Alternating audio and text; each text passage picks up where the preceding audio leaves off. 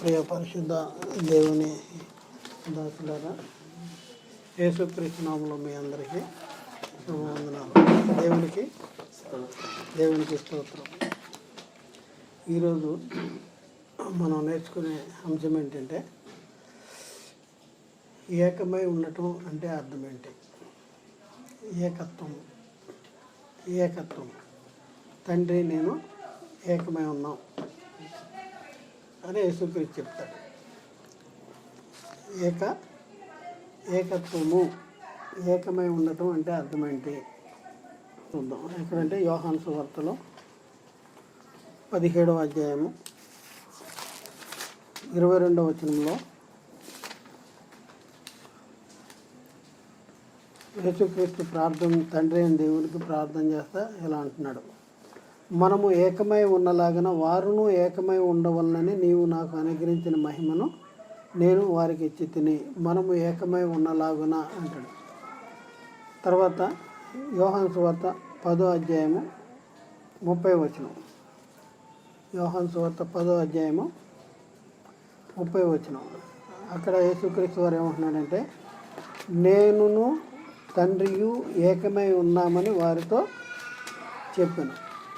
నేనును తండ్రియు ఏకమై ఉన్నామని వారితో చెప్పాను. యోహాను సువార్తలో 10:30 వచనం. ఈ మాటలను యేసుక్రీస్తు చెప్తున్నాడు. మళ్ళీ ఇంకొక మాట మనం చూద్దాం. యోహాను సువార్తలో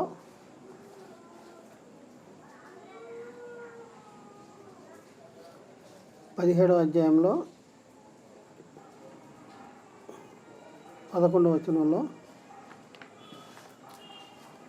నేనెక్కను లోకములో ఉండను కానీ మీరు లోకములో ఉన్నారు. నేను నీ యొద్దకు వచ్చుతున్నాను.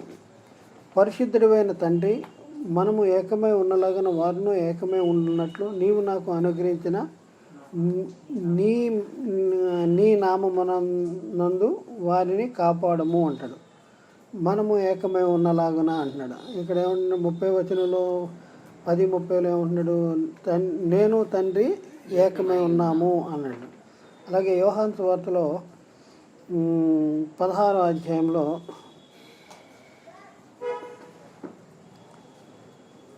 32, ఇదిగో మీలో ప్రతివాడు ఎవరింటికి వాడు చెదిరిపోయి నన్ను ఒంటరిగా విడిచిపెట్టి గడియ వచ్చి ఉన్నది. అయితే తండ్రి నాతో ఉన్నాడు గనక నేను ఒంటరిగా లేను అంటాడు.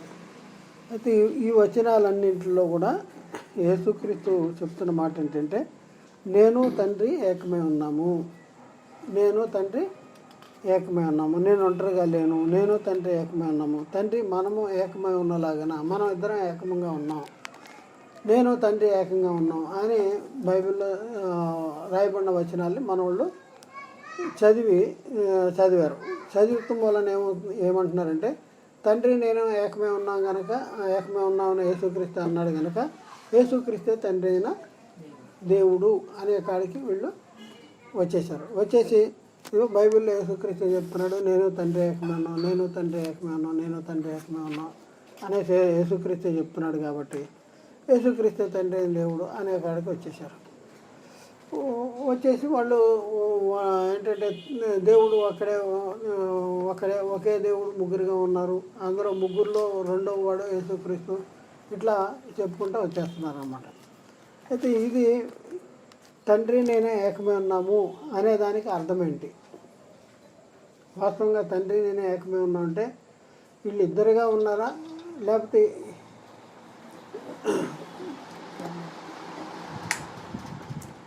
తండ్రి నేను ఏకమై ఉన్నాం అంటే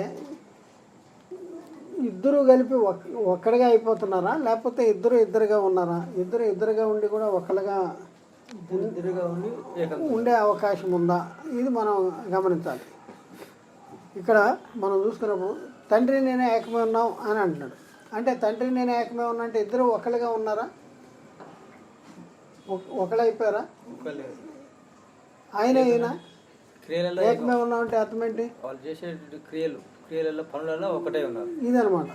అయితే ఏకమే ఉన్నామంటే అర్థం కాక వాళ్ళ మైండ్లో ఉన్న దాన్ని బట్టి వాళ్ళు అర్థం చేసుకుంటూ యేసుక్రీస్తే తండ్రి అయిన దేవుడు, ఇదిగో నన్ను చూసినప్పుడు తండ్రిని చూసినట్టే, లేకపోతే మేము ఇద్దరం ఏకమే ఉన్నాము అనే దాన్ని బట్టి వాళ్ళు ఇద్దరు ఒకలే అండి, ఆయన ఈయన ఆయన అనే కాడికి వచ్చేసారు.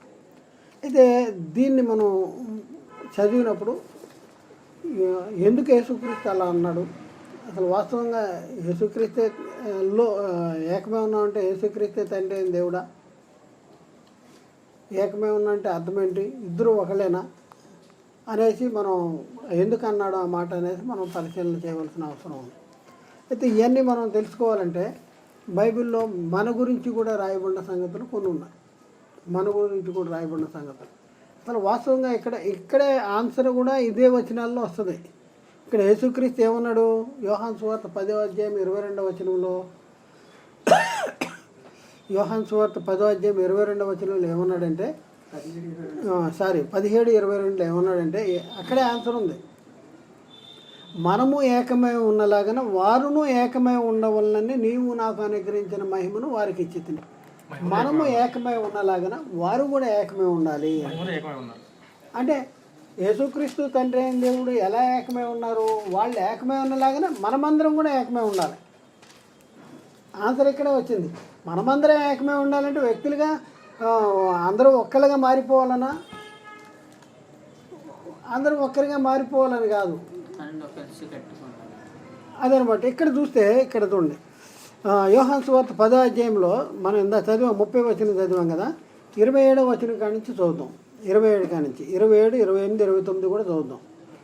యోహాను సువార్త 10వ అధ్యాయం 27, 28, 29 అక్కడేముందంటే, నా గొర్రెలు నా స్వరము వినును, నేను వాటిని ఎరుగుదును, అవి నన్ను వెంబడించును, నేను వాటికి నిత్య జీవమునిచ్చుచున్నాను గనుక అవి ఎన్నటికీ నశింపవు, ఎవడును వాటిని నా చేతిలో నుండి అపహరింపడు, వాటిని నాకు ఇచ్చిన తండ్రి అందరికంటే గొప్పవాడు గనుక నా తండ్రి చేతిలో నుండి ఎవడు వాటిని అపహరింపడు అని చెప్పుకుంటూ వచ్చి నేను నా తండ్రి ఏకమే ఉన్నామన్నాడు.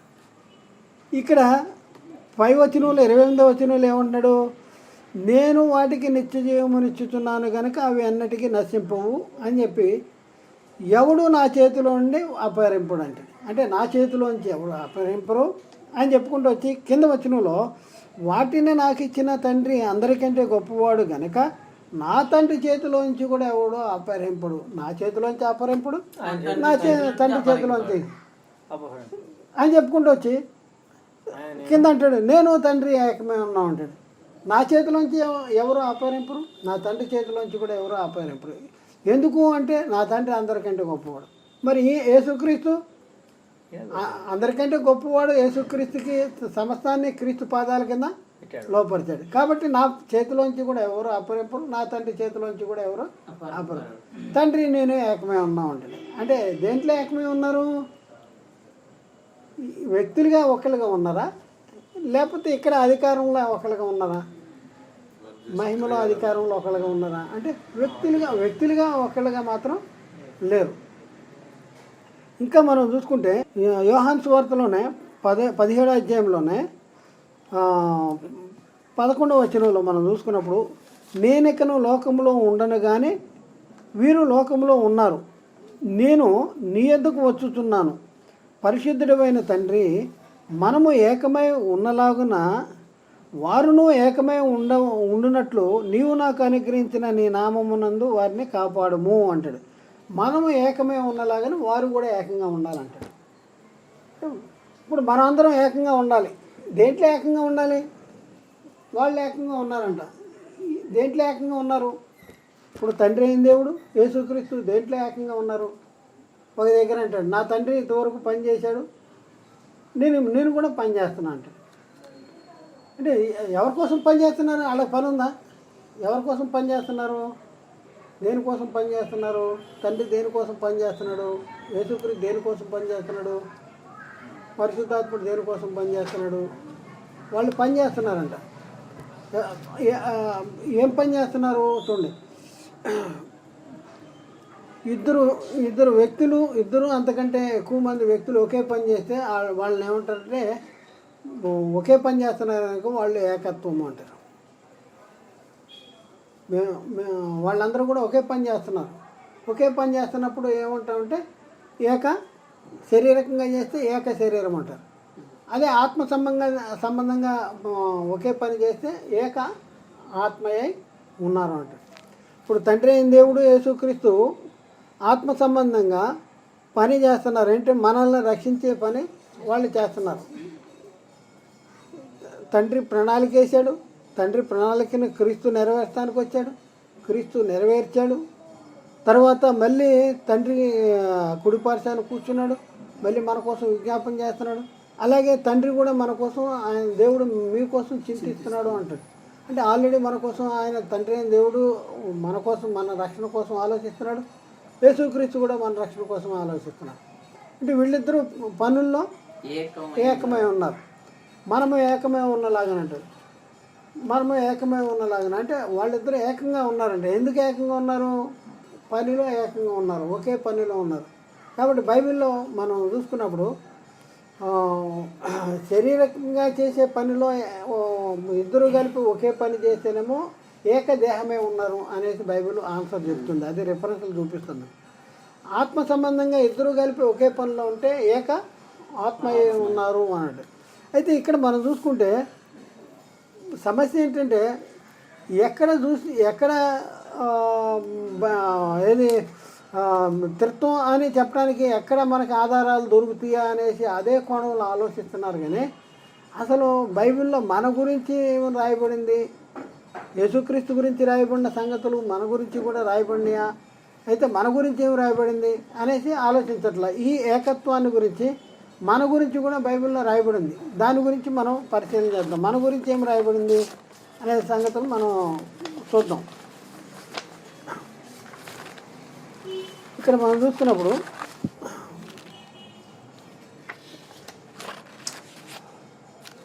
ఇక్కడ భార్యాభర్తల ఏకత్వాన్ని గురించి బైబిల్లో రాయబడింది. భార్యాభర్తలు బైబిల్లో ఏమని రాయబడిందంటే ఆదికాండంలో భార్యాభర్తలు ఏకమై ఉండటం. భార్యాభర్తలు ఏకమై ఉండటం మొదటి పాయింట్. ఆదికాండం 2వ అధ్యాయము 23-24.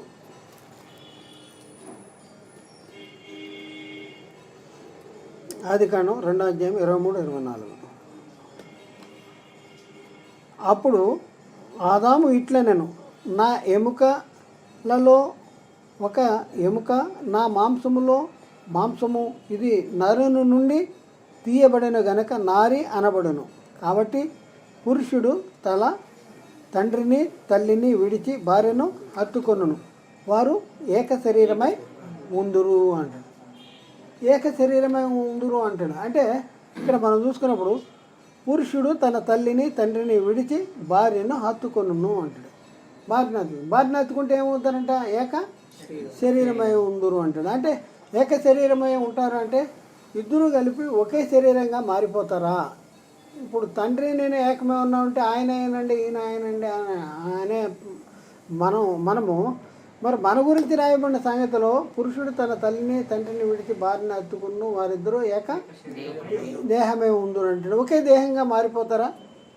భార్యకి జ్వరం వచ్చిందనుకోండి, భర్త వెళ్ళి డాక్టర్ దగ్గరికి వెళ్ళి మా భార్యకి జ్వరం వచ్చిందండి, నాకు ఇంజెక్షన్ చేయండి అని అంటాడా?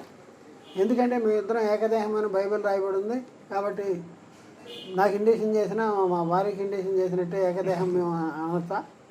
ఎవరన్నా భోజనాన్ని పిలిచారనుకోండి, పిలిస్తే ఏమైనా నువ్వు వచ్చావు మీ భార్యను కూడా తీసుకురాలేదంటే నేను తింటే మా ఆవిడ తిన్నట్టే అండి. ఆవిడ కడుపు నిండుద్దా? మీ ఇద్దరం ఏకదేహం అని బైబిల్ చెప్తుంది కదా. మరి ఎట్లా చూద్దాం, ఇంకా కింద చూద్దాం. ఇదే సంగతిని ఇంకా బలపరచడానికి ఇంకా ఇంకో మాట చదువుదాం. మత్తయి సువార్తలో 19వ అధ్యాయము 4-6 వచనం. మత్తయి సువార్త 19వ అధ్యాయము 4-6.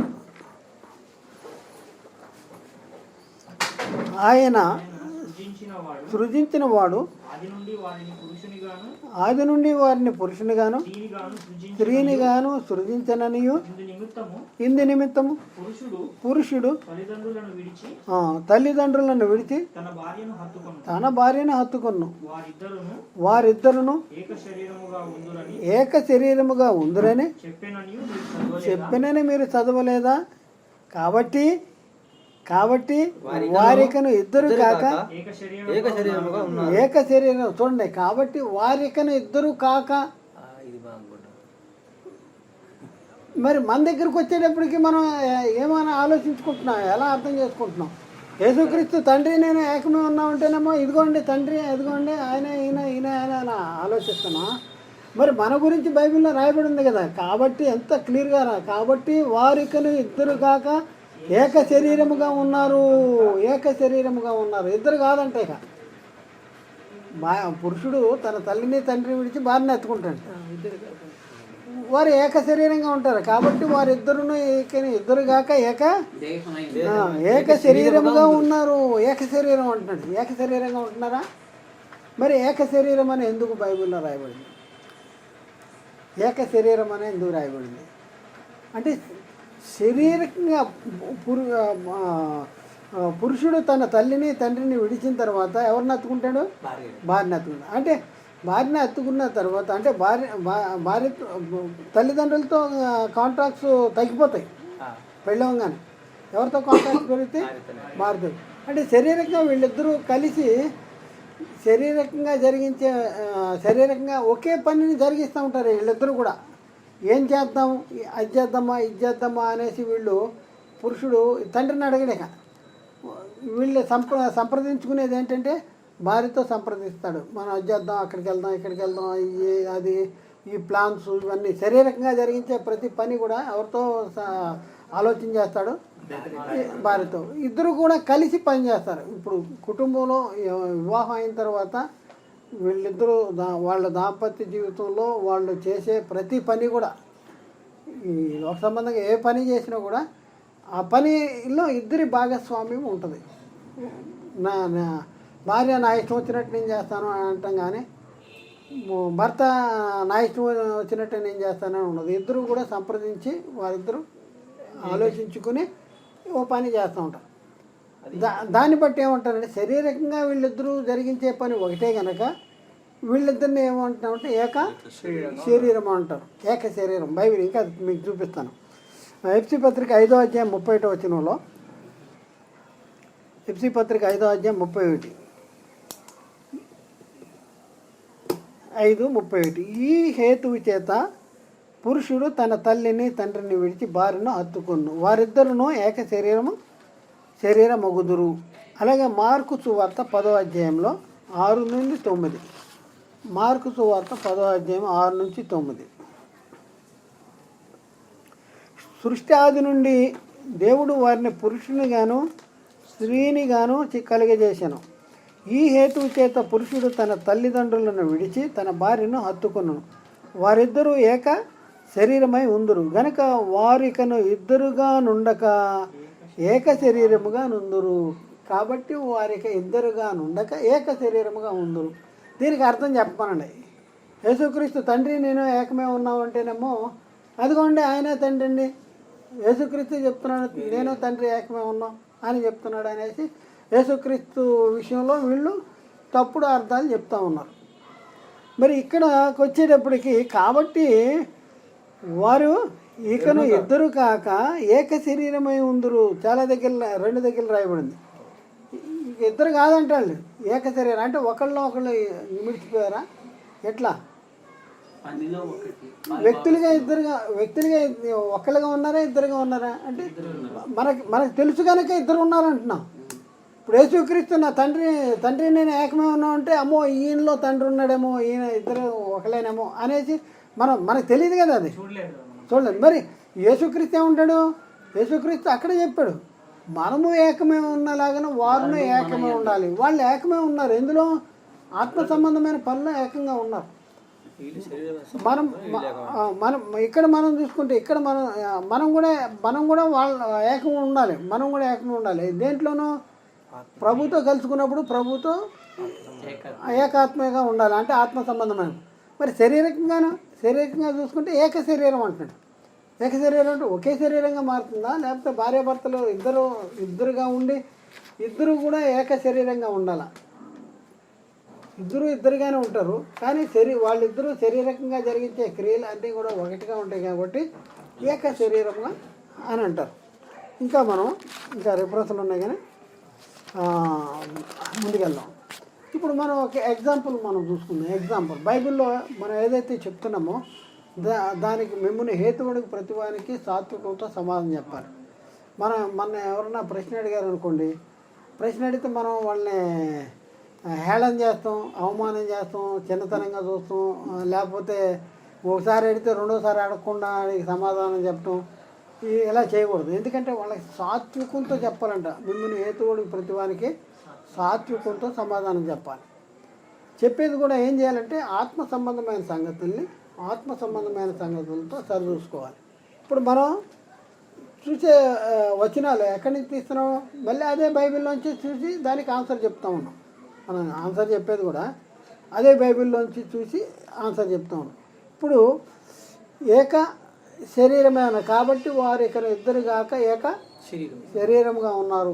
దీనికి బైబిల్ ఆన్సర్ ఏం చెప్తుంది అని అంటే, ఎగ్జాంపుల్గా అననీయ సప్పీరాలు వాళ్ళు ఏకమయ్యారంట. దేనిలో ఏకమయ్యారు ఏంటి అనేది మనం చూద్దాం. అపోస్తుల కార్యాలు 5వ అధ్యాయము 1-9. అపోస్తుల కార్యాలు 5వ అధ్యాయము 1-9. ఇప్పుడు ముందు 1-4 చదువుదాం. 1-4 చదువుదాం. అననీయ అని ఒక మనుషుడు ఏకమై పొలం అమ్మాను అంటే అర్థం ఏంటి? ఏకమై పొలం అమ్మారంటే ఇద్దరు కలిసిపోయి పొలం అమ్మారా? ఒకళ్ళు 2 గ్లాసులు ఓ దాంట్లో ఏకమై అంటే ఒక్కడిగా అయిపోయి పొలం అమ్మారా, లేకపోతే ఎట్లా? ఏకమై పొలం అమ్మారంటే ఇద్దరి సమ్మతి చొప్పున, ఇద్దరు కూడా ఆలోచన చేసుకుని ఇద్దరి సమ్మతి చొప్పున అమ్ముదాం అంటే అమ్ముదాం అనేసి ఏకమై పొలం అమ్మారు. ఇక్కడ ఏకమై అనగానే ఇద్దరు ఒకలే అంటానికి కాదు, ఏకమే అంటే అర్థం ఏంటంటే ఇద్దరు సమ్మతి చొప్పున ఇద్దరు ఆలోచన చేసుకుని ఇద్దరు అమ్ముదామనే ఉద్దేశం కలిగి ఉండి ఏకమై పొలం అమ్మారు. ఇద్దరు కలిపి పొలం అమ్మారు. భార్య ఊరు వెళ్ళిపోతే భర్త ఇక్కడ పొలం అమ్మేసి లేకపోతే ఇల్లు అమ్మేసేస్తే మళ్ళీ ఆ భార్య వచ్చేసి కోర్టులో వేస్తుంది, నాకు సంబంధం లేదు ఆయన అమ్మేసుకున్నాడు అంటే. ఏకమే అట్లా మరి మనం ఏదైనా కొనేటప్పుడు కూడా ఏం చేస్తారు వీళ్ళు? మీ భార్యకి ఇష్టమా, మీ పిల్లలకి ఇష్టమా, మరి వాళ్ళు సైన్లు పెడతారా, లేకపోతే ఎట్లా కొన్ని ఏం చేస్తారు? అందరూ కలిపి అమ్మాలి, అందరికీ అమ్మాలి అనే ఉద్దేశం ఉండి అందరూ అందరికీ ఇష్టం ఉండి అమ్మాలి. ఇక్కడ కూడా వీళ్ళు భార్యతో ఏకమై పొలం అమ్మారంట. ఏకమై అంటే ఇద్దరు కలిపి అమ్మాలనే ఉద్దేశంతో అమ్మారు. తర్వాత కింద మనం చూసుకుంటే భార్య ఎరుకనే వాడు దాని వెలలో కొంత దాచుకొని కొంత తెచ్చి అంటే ఎరుకనే అంటాడు. భార్య ఎరుకనే అంటే భార్యకి తెలుసు అంటే దాచింది ఒకరు దాచాడా ఇద్దరు దాచారా? ఇద్దరు ఎరుకనే అంటే ఇద్దరు దాచినట్టు. అది దాత్వం అనేది ఇద్దరికి సమ్మత లేకపోతే ఇద్దరికి సమ్మత కదా, అంటే ఇద్దరు కలిపి ఒక పని చేశారు. ఇప్పుడు 2 పనులు ఇక్కడ, ఎరుకనే పొలం అమ్మటం, తర్వాత దాచిపెట్టడం. ఎరుకనే దాచిపెట్టారు, ఇద్దరు కలిపి దాచిపెట్టారు, ఇద్దరు కలిపి అమ్మారు. అంటే 2 పాయింట్లు. తర్వాత ఇంకా కింద చదువు 3వ వచనం. అప్పుడు పేతురు అననీయ నీ భూమి వేళలో కొంత దాచుకొని పరిశుద్ధాత్మను మోసపుచ్చుటకు సాతాను ఎందుకు నీ హృదయమును ప్రేరేపించాను? కొంత దాచుకున్నావు అనేసి చెప్తున్నాను. నీ యొద్దనున్నప్పుడు నీదే కదా అమ్మిన పిమ్మట అది నీ వశమై ఉండలేదా? ఎందుకు ఈ సంగతి నీ హృదయములో ఉద్దేశించుకున్నావు? నీవు మనుషులతో కాదు దేవునితోనే అబద్ధం ఆడితివని వానితో చెప్పాను. ఇక్కడ వీళ్ళు రెండు సంగతులు చేశారు. పరిశుద్ధాత్మను మోసపుచ్చుటకు సాతాను ఎందుకు నీ హృదయమును ప్రేరేపించను అనేసి అక్కడ ఒకటి. తర్వాత ఇక్కడ 4వ వచనంలో ఆఖరిలో నీవు మనుషులతో కాదు దేవునితోనే అబద్ధం ఆడు. వీళ్ళిద్దరూ ఎరికనే చేశారు కాబట్టి వీళ్ళిద్దరూ ఎరికనే ఏం చేశారు? అబద్ధం ఆడారు. ఎవరితోనూ ఎవరిని మోసపుచ్చుతున్నారు? పరిశుద్ధాత్మను మోసపుచ్చుతున్నారు. ఎవరితో అబద్ధం ఆడుతున్నారు? దేవునితో అబద్ధం ఆడుతున్నారు. ఇంకా కింద చూద్దాం, 7వ వచనం కానీ చూద్దాం. 7వ వచనం కానీ ఇంచుమించు 3 గంటల సేపటికి 3 గంటల సేపటికి వాని భార్య జరిగినది ఎరుగక లోపలికి వచ్చెను. అప్పుడు పేతురు మీరు ఈ భూమిని ఇంతకీ అమ్మితిరా? ఆ భూమిని ఇంతకే అమ్మితిరా నాతో చెప్పుమని ఆమెను అడిగాను. మళ్ళీ ఇంతకే అమ్మారా అని అడుగుతున్నాడు. ఈమెకి తెలవదు, ఆయన చనిపోయాడు, పాతి పెట్టి వచ్చారు అని ఆమె తెలవక గౌక్కుల లోనికి వచ్చింది. ఇంతకే అమ్మారా అని అంటే ఏం చెప్తుంది? అందుకామె అవును ఇంతకే అని చెప్పాను. అందరికి పేతురు ప్రభు యొక్క ఆత్మను శోధించుటకు చూడండి, వీళ్ళిద్దరూ ఏం చేశారంటే ఏకీభవించారు. దేని విషయంలో ఏకీభవించారు? అమ్మటంలో, దాచిపెట్టడంలో, పరిశుద్ధాత్మను మోసపుచ్చటంలో, దేవునితో అబద్ధం ఆడటంలో. ఇక్కడేముంది? ప్రభు ఆత్మను శోధించుటకు ఏకీభవించారు. ఎందుకు ఏకీభవిస్తున్నారు అంటే అర్థం ఏంటి? అంటే ఇద్దరు కలిపి ఒకే పని చేస్తున్నారు. ఏకీభవించడం అంటే ఇద్దరు కలిపి ఒకే పని. అమ్మటంలో ఒకే పని చేశారు, దాచుకుంటంలో ఒకే పని చేశారు, మోసపుచ్చటంలో ఒకే పని చేశారు, అబద్ధం ఆడటంలో ఒకే పని చేశారు, అలాగే శోధించటంలో కూడా ఒకే పని. అంటే వీళ్ళిద్దరూ శారీరకంగా ఏం చేస్తున్నారు? శారీరకంగా ఇద్దరుగా ఉన్నా కూడా ఇద్దరు కూడా ఒకే పని చేస్తున్నారు కాబట్టి ఏకీభవిస్తున్నారు, ఒకే పని చేస్తూ ఉన్నారు, ఏకీభవిస్తున్నారు. అంటే ఇద్దరుగానే ఉన్నారు. ఏకీభవిస్తున్నారంటే ఇద్దరు కలిపి ఒకే శరీరంగా లేరు. ఇంకొక ఇది అర్థమైంది కదా. ఇంకొక పాయింట్ మనం చూద్దాం. ఇంకొక పాయింట్, ఇది రెండో పాయింట్ సార్. ఇప్పుడు ఎరుకనే అంటే తేడా ఉంది. ఎరుకనే అంటే తెలిసింది, ఎరుకనే అంటే తెలిసింది, ఎరుగకనే అంటే తెలియకుండానే. బాగా పెట్టండి, కరెక్టే. చాలా ఆమెకు తెలవకుండా వచ్చింది. తెలిసి అమ్మారు, తెలవక వచ్చింది. ఆయన సంగతి తెలవక లోపలకి వచ్చింది. ఇది ఎగ్జాంపుల్లో రెండో పాయింట్. ఇప్పుడు చెప్పేది మొదటి పాయింట్. ఇప్పుడేమో రెండో పాయింట్ ఏంటంటే వేశ్యతో కలుసుకున్నవాడు దానితో ఏకదేహమై ఉండుట. 1 కొరింథీ 6:16. వేశ్యతో కలుసుకున్నవాడు దానితో ఏకదేహమై ఉన్నాడని మీరు ఎరుగరా? వారిద్దరు ఏక శరీరమై యుందురు అని మోషే చెప్పుచున్నాడు కదా. అదండి, వారిద్దరు ఏంటంట? ఏక శరీరమై ఉందురు అని చెప్తా ఉన్నాడు. మోషే చెప్పాడు కదా. అంటే వేసుతో కలుసుకున్నవాడు ఏమవుతున్నాడంటే వేసుతో ఏకదేహమే ఉన్నాడు. అంటే వాళ్ళిద్దరూ దేహంతో ఒకే పని చేస్తూ ఉన్నారు కనుక వాళ్ళిద్దరిని ఏమంటున్నాడంటే ఏకదేహమై ఉన్నారు అంటాడు. మోషే చెప్పాడు కదా అని చెప్పుకుంటూ వచ్చి ఏమంటాడు? వారిద్దరూ ఏక శరీరమై ఉందురు అని మోషే ఏక శరీరము అంటాడు.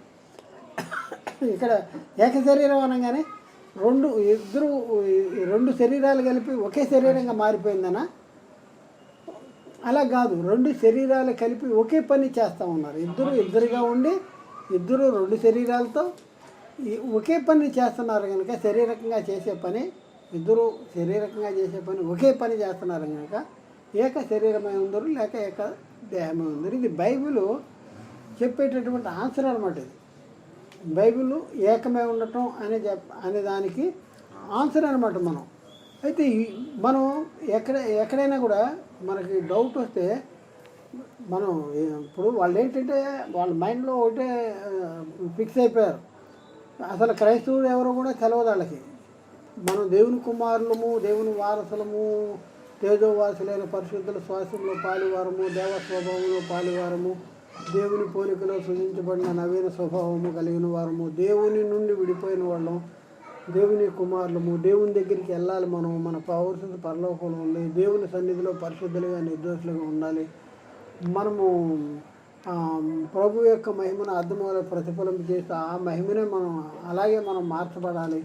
యేసుక్రీస్తు వచ్చినప్పుడు ఆయన వచ్చినప్పుడు ఆయన ఉన్నట్టుగానే ఆయన చూస్తాం కనుక ఆయన పోలి ఉంటాం. ఆయన సమరూపం గలవాగా ఉంటాం. యేసుక్రీస్తు నేను జయించి నా తండ్రితో కూడా ఆయన సింహాసనం కూర్చున్న ప్రకారం జయించు అని నాతో కూడా నా సింహాసనం అంటే సమానమైన మహిమలో మిమ్మల్ని కూర్చోబెడతాను అని చెప్పాడు అనే సంగతి వీళ్ళకి తెలవదు, చెప్పే వీళ్ళకి తెలవదు, వినేవాళ్ళకి అంతకంటే తెలవదు. అసలు ఎందుకు యేసుక్రీస్తుని నమ్ముకుంటున్నాం, దేవుణ్ణి నమ్ముకుంటున్నాం అనే సంగతి అసలు క్రైస్తవ లోకానికే తెలవదు. యేసుక్రీస్తుని ఎందుకు నమ్ముకోవాలంటే కేవలము రోగాలు తగ్గటానికి, పిల్లలు పుట్టడానికి, లేకపోతే ఈ లోక సంబంధమైన బాధలు ఇవన్నీ తగ్గించుకోవటానికి, వీటి కోసమే యేసుక్రీస్తుని అనేసి క్రైస్తవులు చెప్తున్నారు అన్నిటికి. వీళ్ళకి తెలిసింది ఇంతే, వీళ్ళకి తెలిసింది అలా చెప్తున్నారు. అసలు దానివల్ల ఏమైందంటే వీళ్ళ మైండ్లో ఫిక్స్ అయిపోయింది. దేవుడు త్రిత్వం ఏకత్వం, దేవుడు త్రియేకుడు, ఆయన ఒక్కడిగా ఉంటాడు, ముగ్గురుగా ఉంటాడు. యేసుక్రీస్తే తండ్రి, యేసుక్రీస్తే పరిశుద్ధాత్ముడు, యేసుక్రీస్తే తండ్రి దేవుడే, తండ్రే యేసుక్రీస్తు, తండ్రే పరిశుద్ధాత్ముడు, ముగ్గురు ఒక్కడే, ముగ్గురుగా ఉంటారు. ఏదోటి వాళ్ళ ఇష్టం అనేసి అంటున్నారు. ఆ మైండ్లో ఉండటం వలన బైబిల్లో యేసుక్రీస్తు చూడండి, ఏమన్నా చీకట్లో దేవుని సినిమా చూసి వెళ్తున్నాను అనుకోండి, చీకట్లో వెళ్తుంటే గౌకరే ఏది అక్కడ ఏది కనపడినా సరే అమ్మో దెయ్యం అక్కడ ఉందేమో అనుకుంటుంది. ఆ టైప్లో వీళ్ళు ఏంటంటే ముగ్గురు అనగానే బైబిల్లో ఎక్కడ ముగ్గురు ఉందో ఆ ముగ్గురిని అదిగో తండ్రి కుమారు పరిశుద్ధులు. అబ్రహాం దగ్గరికి ముగ్గురు దేవదూతలు వచ్చారన్నది. ఎవరో ముగ్గురు దేవతలను తండ్రి కుమారు పరిశుద్ధాత్మ. సాక్షిమిచ్చేవారు ముగ్గురు అనగానే అదిగో సాక్షిమిచ్చేవారు ముగ్గురు అంటే అదిగో తండ్రి కుమారు పరిశుద్ధాత్మ. ఎవరి గురించి సాక్ష్యం ఇస్తున్నారు? ముగ్గురు కలిపి యేసుక్రీస్తు గురించి సాక్ష్యం ఇస్తున్నారు. ఆ ముగ్గురులో యేసుక్రీస్తు ఉన్నాడని చెప్తున్నారు. ముగ్గురు కలిపి యేసుక్రీస్తు గురించి సాక్ష్యం ఇస్తుంటే ముగ్గురులో యేసుక్రీస్తు కూడా ఒక తండ్రి కుమారు పరిశుద్ధాత్మ. ఇట్లా ఏమవుతుందంటే మన వాళ్ళకి వాళ్ళ మైండ్లో ఏదైతే ఫిక్స్ ఉందో దాన్ని బట్టే బైబిల్ అర్థం చేసుకుంటున్నారు, కానీ బైబిల్ టు బైబిల్ అర్థం చేసుకోవట్లేదు. దానివల్ల ఏమైపోతుందంటే యేసుక్రీస్తు తండ్రి నేను ఏకమే ఉన్నాం అని అనగానే ఇదిగోండి యేసుక్రీస్తు తండ్రి అనే కాడికి వచ్చేది. మరి అది అర్థం అవ్వాలంటే బైబిల్లో కూడా కొన్ని సంగతులు రాయబడి ఉన్నాయి. మరి వాటిని కూడా మనం అర్థం చేసుకోవాలి. కాబట్టి వీరు ఇద్దరు కాక ఏకదేహమే ఉందురు, ఏక శరీరమే ఉందురు అనేదానికి అర్థమేంటి? ఇక్కడ వేసుతో కలుసుకున్నవాడు వేసుతో ఏకదేహమే ఉన్నాడు అని అంటే అర్థమేంటి? ఇద్దరుగా ఉండి శరీరంతో చేసే పని ఒకటి కాబట్టి ఇద్దరు ఏకదేహమే ఉన్నారని అని బైబిల్ చెప్తుందా, లేకపోతే ఎలా చెప్తుంది? ఇది మనం పరిశీలన చేయాలి. 1 కొరింథీ పత్రిక 6వ అధ్యాయము 15వ వచనం. 6వ అధ్యాయం 15వ వచనం.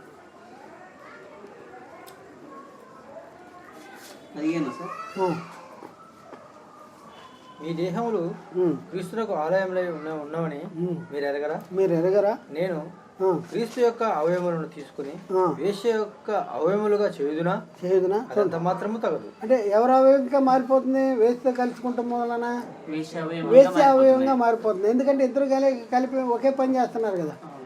ఇప్పుడు మనం ఎవరు అవయవాలకు ఉన్నాం? నేను క్రీస్తు యొక్క అవయవము అంటే క్రీస్తును ధరించుకున్న బాప్తిజంలో ఎవరిని ధరించుకుంటాం? క్రీస్తుని ధరించుకున్నాం. క్రీస్తుని ధరించుకున్న మనము ఎవరిని పోలి నడుచుకోవాలి? క్రీస్తుని పోలి. అంటే ఎవరి స్వరూపాలుగా మార్చబడాలి? క్రీస్తు స్వరూపాలుగా. అంటే ఎవరి పని చేయాలి? మనం క్రీస్తు పని చేయాలి. పౌలు అంటాడు క్రీస్తు పనిలో కొదువైన వాటిని నా వంతు నా శరీరం ముందు నేను వహించుకొని చున్నాను అంటాడు. అలాగే మనం ఏం చేయాలంటే క్రీస్తు పని. అందరూ తమ సొంత కార్యాలు చేస్తున్నారు కానీ యేసుక్రీస్తు కార్యం ఎవరు కూడా చేయట్లేదు. ఇప్పుడు మనం ప్రభుతో ఏకదేహమే ఉండాలి, ఏకాత్మే ఉండాలి అంటే ప్రభుతో కలుసుకుని ఉండాలి, లేకపోతే ఆయన శరీరంలో మనం ఉండాలి, క్రీస్తు యొక్క శరీరంలో మనం ఉండాలి అంటే మనం ఏం చేయాలి అంటే ఆయన చేసే పని మనం చేయాలి. వేసి చేసే పని మనం చేస్తే వేసితో మన దేహం వేసి దేహంగా మారిపోతుందండి. అంటే వేసితో ఏకదేహం అయిపోతుంది. మరి ప్రభుతో ఏకాత్మగా ఉంటున్నారా లేదా?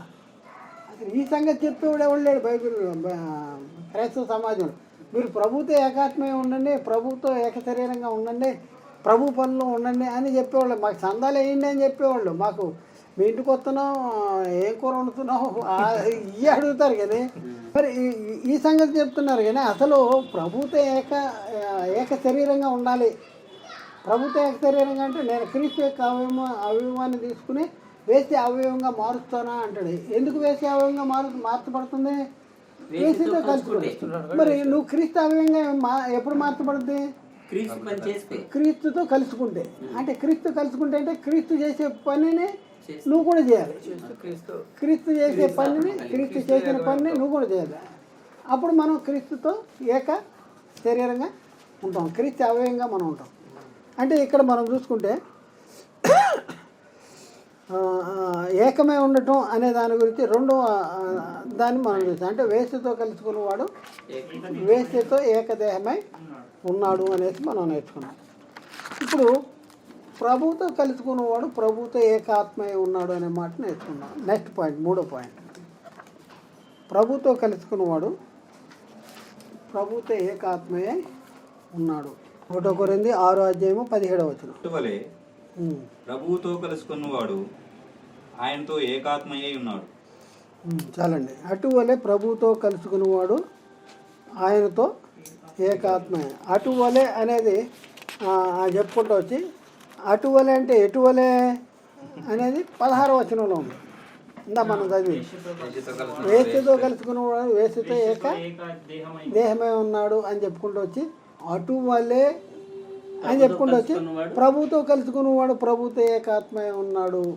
అక్కడ శారీరకంగా చేసే పని కాబట్టి ఏకదేహమే ఉన్నారు.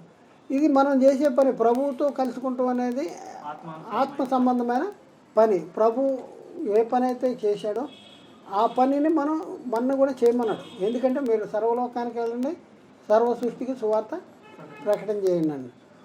నేను చేసింది మీరు యేసుక్రీస్తు ఆయన మనందరి కోసం ఆయన సెలవెక్కాడు. రక్షణ అనేది మృతి పొందాడు, సమాధి చేయబడ్డాడు, తిరిగి లేచాడు, మరణాన్ని నిరతకం చేశాడు, జీవాన్ని అక్షయతను సువార్త వల్ల వెలుగుచ్చాడు. అంటే రక్షణ లోకానికి తీసుకొచ్చాడు. ఈ రక్షణను గురించిన సంగతులు అనేక మందికి మీరు ప్రకటన చేయండి అన్నాడు. వెళ్ళి చెప్పండి. ఇప్పుడు ఆయన పనిలో కొదువైన వాటిని మనం చేయాలన్నమాట. అంటే ఆయనతో కలుసుకోవాలి. చూద్దాం. కొలసీ పత్రికలో 1:24 మీ కొరకు నేను అనుభవించుతున్న శ్రమల యందు సంతోషించుతున్నాను, శ్రమల్లో సంతోషిస్తున్నాను అన్నాడు. ఓకే, అయిపోయింది. సంఘము ఆయన శరీరము కొరకు క్రీస్తు పడిన పాటలలో కొదువైన వాటిని నా వంతు నా శరీరం ముందు నేను వహించున్నాను. సంఘము ఆయన శరీరము కొరకు క్రీస్తు పడిన పాటలలో, క్రీస్తు పడిన పాటలు ఆయన ఏం చేశాడో మనకు తెలుసు. ఆయన మృతి పొందాడు, సమాధి చేయబడ్డాడు, తిరిగి లేచాడు. ఆయన పాటలు కొదువైన వాటిని, ఇంకా కొదువేమున్నాయి? ప్రకటింపబడడం అనేది కొదువ. అది కొదువు ఉంది. ప్రకటించబడటం కొదువు. అందుకనే నేను చేశాను కొంత మీరు చేయండి అన్నాడు. మీరు చేయండి. మీరేం చేయాలి? సర్వలోకానికి వెళ్ళాలి, సర్వ సృష్టి వార్త ప్రకటన చేయాలంటే. అయితే ఈ కొదువైన వాటిని మనం చేయాలి. ఇప్పుడు మనం మరి ఇక్కడ మనం చూస్తే ప్రభుతో కలుసుకునేవాడు ప్రభుతో ఏకాత్మై ఉన్నాడు అంటే, మరి పౌలు ప్రభుతో కలుసుకుంటున్నాడు, ప్రభు పనిలో ఉన్నాడు. మనం ఎవరి పనిలో ఉన్నాం? మనం ప్రభుతో కలుసుకుంటున్నామా, లేకపోతే లోకంలో ఉన్న వాళ్ళతో కలుసుకుందాం? వాళ్ళ పనిలో మనం ఏకీపిస్తున్నామా లోకస్తులతో, లేకపోతే ప్రభు పనిలో ఉన్నామా? అందరూ తమ సొంత కార్యములనే చూసుకొనుతున్నారు కానీ యేసుక్రీస్తు కార్యము చూడరు. చూడరు అంట. ఈ చూడని వాళ్ళు ప్రభుతో ఏకాత్మై ఉన్నారా? లేదు లేదు. ప్రభు శరీరంలో ఒక అవయవంలో ఉన్నారా అంటే లేరు. సొంత కార్యాలు చేసుకుంటున్నారు. మరి ఇప్పుడు మనం యేసుక్రీస్తు నేను తండ్రి ఏకమై ఉన్నాము అని అంటే యేసుక్రీస్తు తండ్రి పని చేస్తానికి వచ్చాడు, తండ్రి మాటలు చెప్తున్నాడు, తండ్రి క్రియలు చేస్తూ ఉండి తండ్రి మహిమను చూపిస్తూ ఉండి తండ్రి ఏది చెప్తే అది చేస్తాం, ఏది చూపిస్తే అది చేస్తాం, ఇవన్నీ చేస్తూ తండ్రిని మహిమపరుస్తూ ఉన్న యేసుక్రీస్తు అంటాడు తండ్రి నేను ఏకమే ఉన్నాం అన్నాడు. మరి ఇప్పుడున్న పరిస్థితిలో మరి మనము కూడా తండ్రితోనూ ఆ క్రీస్తుతోనూ ఏకంగా ఉండాలి. మనం కూడా ఏకమే ఉండాలి. యేసుక్రీస్తు అప్పుడే చెప్పాడు మనము ఏకమే ఉన్నలాగా వారును ఏకమే ఉండాలని నీవు నాకు అనుగ్రహించిన మహిమను వారికి ఇచ్చానంటాడు. వారు కూడా ఏకమే ఉండాలి, మనం కూడా ఏకమే ఉండాలి. మనము ఏం చేస్తున్నాం? మనం ప్రభువు పని చేస్తున్నామా లేదా?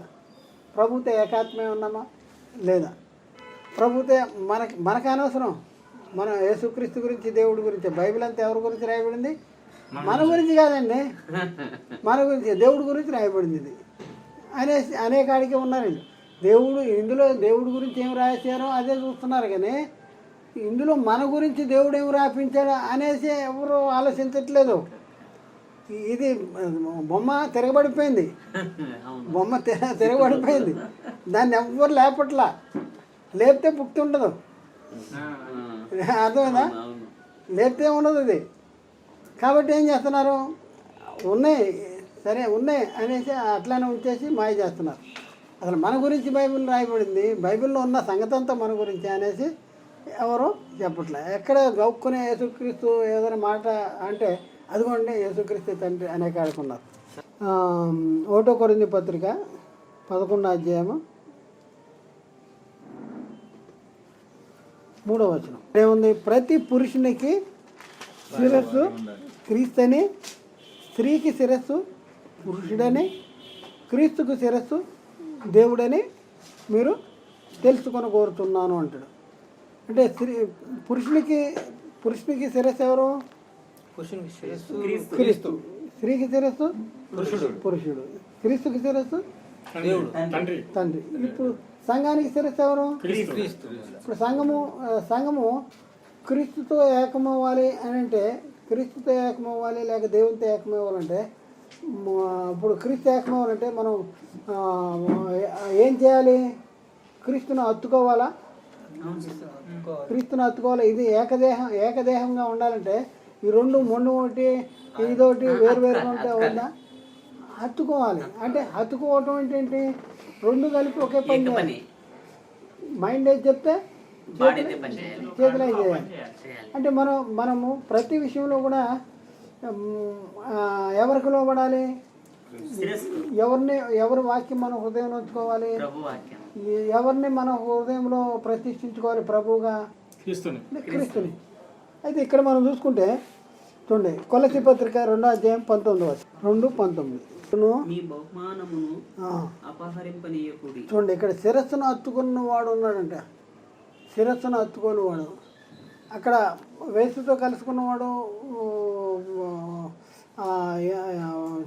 అక్కడ క్రీస్తు శరీరంగా ఉన్నటువంటి వాడు ఎవరి శరీరంగా మారిపోతున్నాడు? వేసే అవయవముగా మారిపోతున్నాడు. నేను క్రీస్తు అవయవములను తీసుకొని వేసే అవయవముగా మారుస్తున్నాను అంటాడు. ఇక్కడ మనం చూసుకున్నప్పుడు శిరస్సును హత్తుకున్నవాడు ఎవడైనా ఉన్నాడా అంటాడు. శిరస్సును హత్తుకోకపోతే ఎవరి శరీరంలో ఉన్నట్టు లెక్క. శిరస్సును హత్తుకోలేదనుకోండి ఏమవుద్ది? అక్కడ కింద చెప్తున్నాడు, ఆ శిరస్సు మూలముగా సర్వ శరీరము కీళ్ల చేతను నరముల చేతను పోషించబడి అతుకబడినదై దేవుని వలన కలుగు వృద్ధితో అభివృద్ధి పొందుతూ ఉన్నది అంటాడు. అంటే దేహము అభివృద్ధి చెందాలంటే ఎవరిలో కలిసి ఉండాలి? శిరస్సుతో కలిగి ఉండాలి. అంటే ఏకత్వంగా ఉండాలి. అంటే మనము ఎవరి పనిలో ఉండాలి? ప్రభుతో కలుసుకున్నవాడు ఎవరి పనిలో ఉండాలి? ప్రభుతో కలుసుకుంటూ అంటే అర్థం ఏంటంటే ప్రభు పనిని మనం కూడా చేయాలి, కొద్దువైన వాటిని మనం కూడా చేయాలి అనేసి ఉంది. అయితే ఇక్కడ ఈ ప్రభుతో కలుసుకున్నవాడు ప్రభుతో ఏకాత్మై ఉన్నాడు అనే మాట మరి ఏమని అర్థం చెప్తా ఉన్నారు? యేసుక్రీస్తు అక్కడే చెప్పాడు, వారి వాక్యము వలన నా యందు విశ్వాసం ఉంటూ వీరందరూ ఏకమై ఉండాలి అన్నాడు. ఏకమై ఉండాలి. వారి వాక్యము వలన ఎందులో ఏకమై ఉండాలి? వాక్యములో ఏకమై ఉండాలి. అంటే వాక్యాన్ని అర్థం చేసుకుంటంలో, వాక్యాన్ని అనుసరించటంలో, వాక్యాన్ని ప్రకటించటంలో అందరూ కూడా ఏకంగా ఉండాలి. అంటే అర్థం చేసుకుంటంలో ఏకంగా ఉండాలి, తర్వాత అనుసరించటంలో ఏకంగా ఉండాలి, ప్రకటించటంలో ఏకంగా ఉండాలి. వారి వాక్యం వలన ఉందా మాట అక్కడ? యోహాను సువార్తలో 17వ అధ్యాయంలో, యోహాను సువార్త 17వ అధ్యాయంలో 17, 21, 20 వారి వాక్యము వలన నా యందు విశ్వాసముంచు వారందరూ ఏకమై ఉండవలెనని వారి కొరకును ప్రార్థించుచున్నాను. చూడండి, వారి వాక్యము వలన నా యందు విశ్వాసముంచు వారందరూ ఏకమై ఉండాలి అంటాడు. వారి వాక్యము వలన నా యందు విశ్వాసముంచు. అంటే ఇప్పుడు మనం ప్రభుతో కలుసుకోవాలంటే ముందు ఏం చేయాలి? మనం వాక్యంలో ఏకమై ఉండాలి. వాక్యంలో ఏకమై ఉంటే ఎవరితో మనం కలుసుకున్నట్టు? ఎవరి పనిలో మనం ఉన్నట్టు? తండ్రి పనిలో ఉన్నట్టు, ప్రభు పనిలో. కాబట్టి ఇప్పుడున్న పరిస్థితిలో మనం ప్రభుతో కలుసుకున్నవాడు ప్రభుతో ఏకాత్మే ఉన్నాడు. మరి యేసుక్రీస్తు ఎవరితో కలుసుకుంటున్నాడు? తండ్రితో కలుసుకుంటున్నాడు. తండ్రితో కలుసుకున్న యేసుక్రీస్తు అంటాడు, నేను తండ్రి ఏకమే ఉన్నాడు. ఇప్పుడు మనమేమనాలంటే, మనం ప్రభు పని చేస్తా, నేను ఒక్కడనే లేను, ప్రభువు నేనే ఏకమే ఉన్నాం. క్రీస్తే ఆయన జీవిస్తున్నాడు, జీవించేవాడు నేను కాదు, క్రీస్తే ఆయన జీవిస్తున్నాడు. ఇది పని చేసేది నేను కాదు, నాకు తోడైనా దేవుని కృపే అనేసి మనం ఏమవ్వాలి? అనాలి. అది అనుకోకుండా యేసుక్రీస్తు దగ్గరికి వెళ్ళిపోయి అదిగోండి ఆయనే తండ్రి అండి అనే కాడికి అసలు నీ గురించి ఏం రాయబడిందో అసలు మొత్తం గుడ్డితనం కలిగజేసాడు. చాలామంది బైబిల్లో ఆత్మ సంబంధంగా ఆధ్యాత్మిక ఎదుగుదల కోసం బైబిల్ మన గురించి ఏం రాయబడింది అనేసి బైబిల్లో పరిశీలన చేసి దానిలో లోతైన సత్యాలని చెప్పడానికి ఎవరు ప్రయత్నం చేయట్లా. దాని గురించి నలుగురిని తిట్టేస్తే వీడు గొప్పోడు అయిపోతున్నాడు. ఇది అర్థమైందా? 10 బూతులు ఎవడైతే తిడుతున్నాడో వాడు గొప్పోడు అయిపోయే పరిస్థితి ఈరోజు క్రైస్తవ సమాజం. ఆయన గొప్ప తప్పిట్లు కొడుతున్నారు. ఇది ఆధ్యాత్మిక సభల్లో తప్పిట్లు కొట్టడం ఏంటండి? ఆధ్యాత్మిక సభల్లో తప్పిట్లు కొడతారా?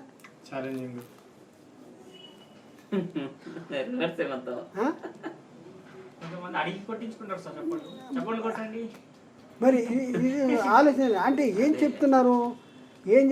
ఏ సంగతుల్ని దీంట్లో బయటికి తోడుతున్నారు అంటే ఏ సంగతులు కాదు, మొత్తం బయట సంగతులే, వేస్ట్ మాటలు. అయితే ఇక్కడ మనం చూసుకుంటే మరి ఏం చేయాలి? ఇప్పుడు యేసుక్రీస్తు తండ్రితో కలుసుకుంటున్నాడు, తండ్రితో ఏకాత్మగా ఉన్నాడు. అందుకని అంటే తండ్రి నేనే ఏకమే ఉన్నాడు. ఇప్పుడు ప్రభుతో కలుసుకున్నవాడు ప్రభుతో ఏకాత్మే ఉన్నాడు కనుక మరి మనం ప్రభుతో కలుసుకుంటున్నామా లేదా అనేది మనం ఆలోచన. పౌలు చెప్తా ఉన్నాడు, క్రీస్తు పనుల్లో కొదువైన వాటిని నా వంతు నా శరీరం ముందు నేను వాడుతున్నాను. మరి మనం ఏం చేస్తున్నాం? మనం అసలు శిరస్సును అత్తుకున్నామా లేదా? ఇది మనం ఆలోచన. ఏకదేహమే ఉన్నామా లేదా? క్రీస్తు శరీరంలో ఇక్కడికి వచ్చేటప్పుడు శరీరం కదా, శరీరంలో అంటే శరీరం అంటే ఈ శరీరం కాదు, క్రీస్తు శరీరంలో ఏకంగా ఉన్నామా లేదా? క్రీస్తు అవయవంలో ఉన్నామా? శరీరంలో అవయవంలో ఉన్నామా లేదా? మరి ఏక ఆత్మగా ఉన్నావా లేదా? ఏక ఆత్మ అంటే అక్కడ వర్క్లు, ఇక్కడ ఏక శరీరం అంటే సంఘంలో ఉన్నామా లేదా? మరి ఎట్లా ఉన్నాం? మన గురించి మనం ఆలోచించుకోవాలి. మన గురించి మనం ఆలోచించుకోకుండా చేయట్లా చూపిస్తున్నాడు సాతాను. అదిగోండి వాళ్ళిద్దరూ ఒకటేనండి. ఇప్పుడు భార్యాభర్తలు ఇద్దరు కలిపి ఏకదేహమే ఉన్నారు అంటాడు. వారిద్దరిని ఇద్దరు కాదంటున్నారు. ఇది బయట వాళ్ళు ఎవరిని చదివితే మీ బైబిల్ తప్పుల తడిక. ఏమండి చెప్పండి, మాకు చెప్పండి. భార్యాభర్తలు పురుషుడు తండ్రి విడిచి భార్యను హత్తుకున్న వారు ఏకదేహమై ఉందరు, కాబట్టి వారు ఇద్దరును కాక ఏక శరీరమై ఉందరు అనేది బైబిల్ చెప్తుంది కనుక మాకు దీని అర్థం చెప్పండి. ఏం చెప్తారు? యేసుక్రీస్తు తండ్రి నేను ఏకమై ఉన్నామంటే ఇదిగోండి ఈయన తండ్రి అండి. మరి ఇక్కడ చెప్పాలండి వాళ్ళిద్దరూ ఇద్దరు కాక ఏకదేహమై ఉన్నారు, ఏక శరీరమై ఉన్నారంటే అర్థం ఏంటి? అయితే ప్రభువుతో కలుసుకున్నవాడు ప్రభువుతో ఏకదేహమై ఉన్నాయంటే అర్థం ఏంటి? తర్వాత ఇంకా ఇంకో పాయింట్ ఏంటంటే ఎగ్జాంపుల్ చూద్దాం. ఏంటంటే సంఘంలో మనం తీసుకుంటున్నాం రొట్టె ద్రాక్షరసం. ఇప్పుడు సంఘంలో ఉన్న వాళ్ళందరూ కలిపి ఎన్ని రొట్టెల్లో పాలు పొందుతున్నారు? రొట్టె ఒకటే. అందరూ కలిపి ఒకే రొట్టెలో పాలు పొందుతున్నారు కనుక రొట్టె ఒకటే కనుక అనేకులమైన మనము ఒక్క దేహమై ఉన్నాము. చూద్దాం చూడండి. 1 కొరింథీ పత్రిక 10వ అధ్యాయం 16 నుంచి 18. 1 కొరింథీ 10వ అధ్యాయం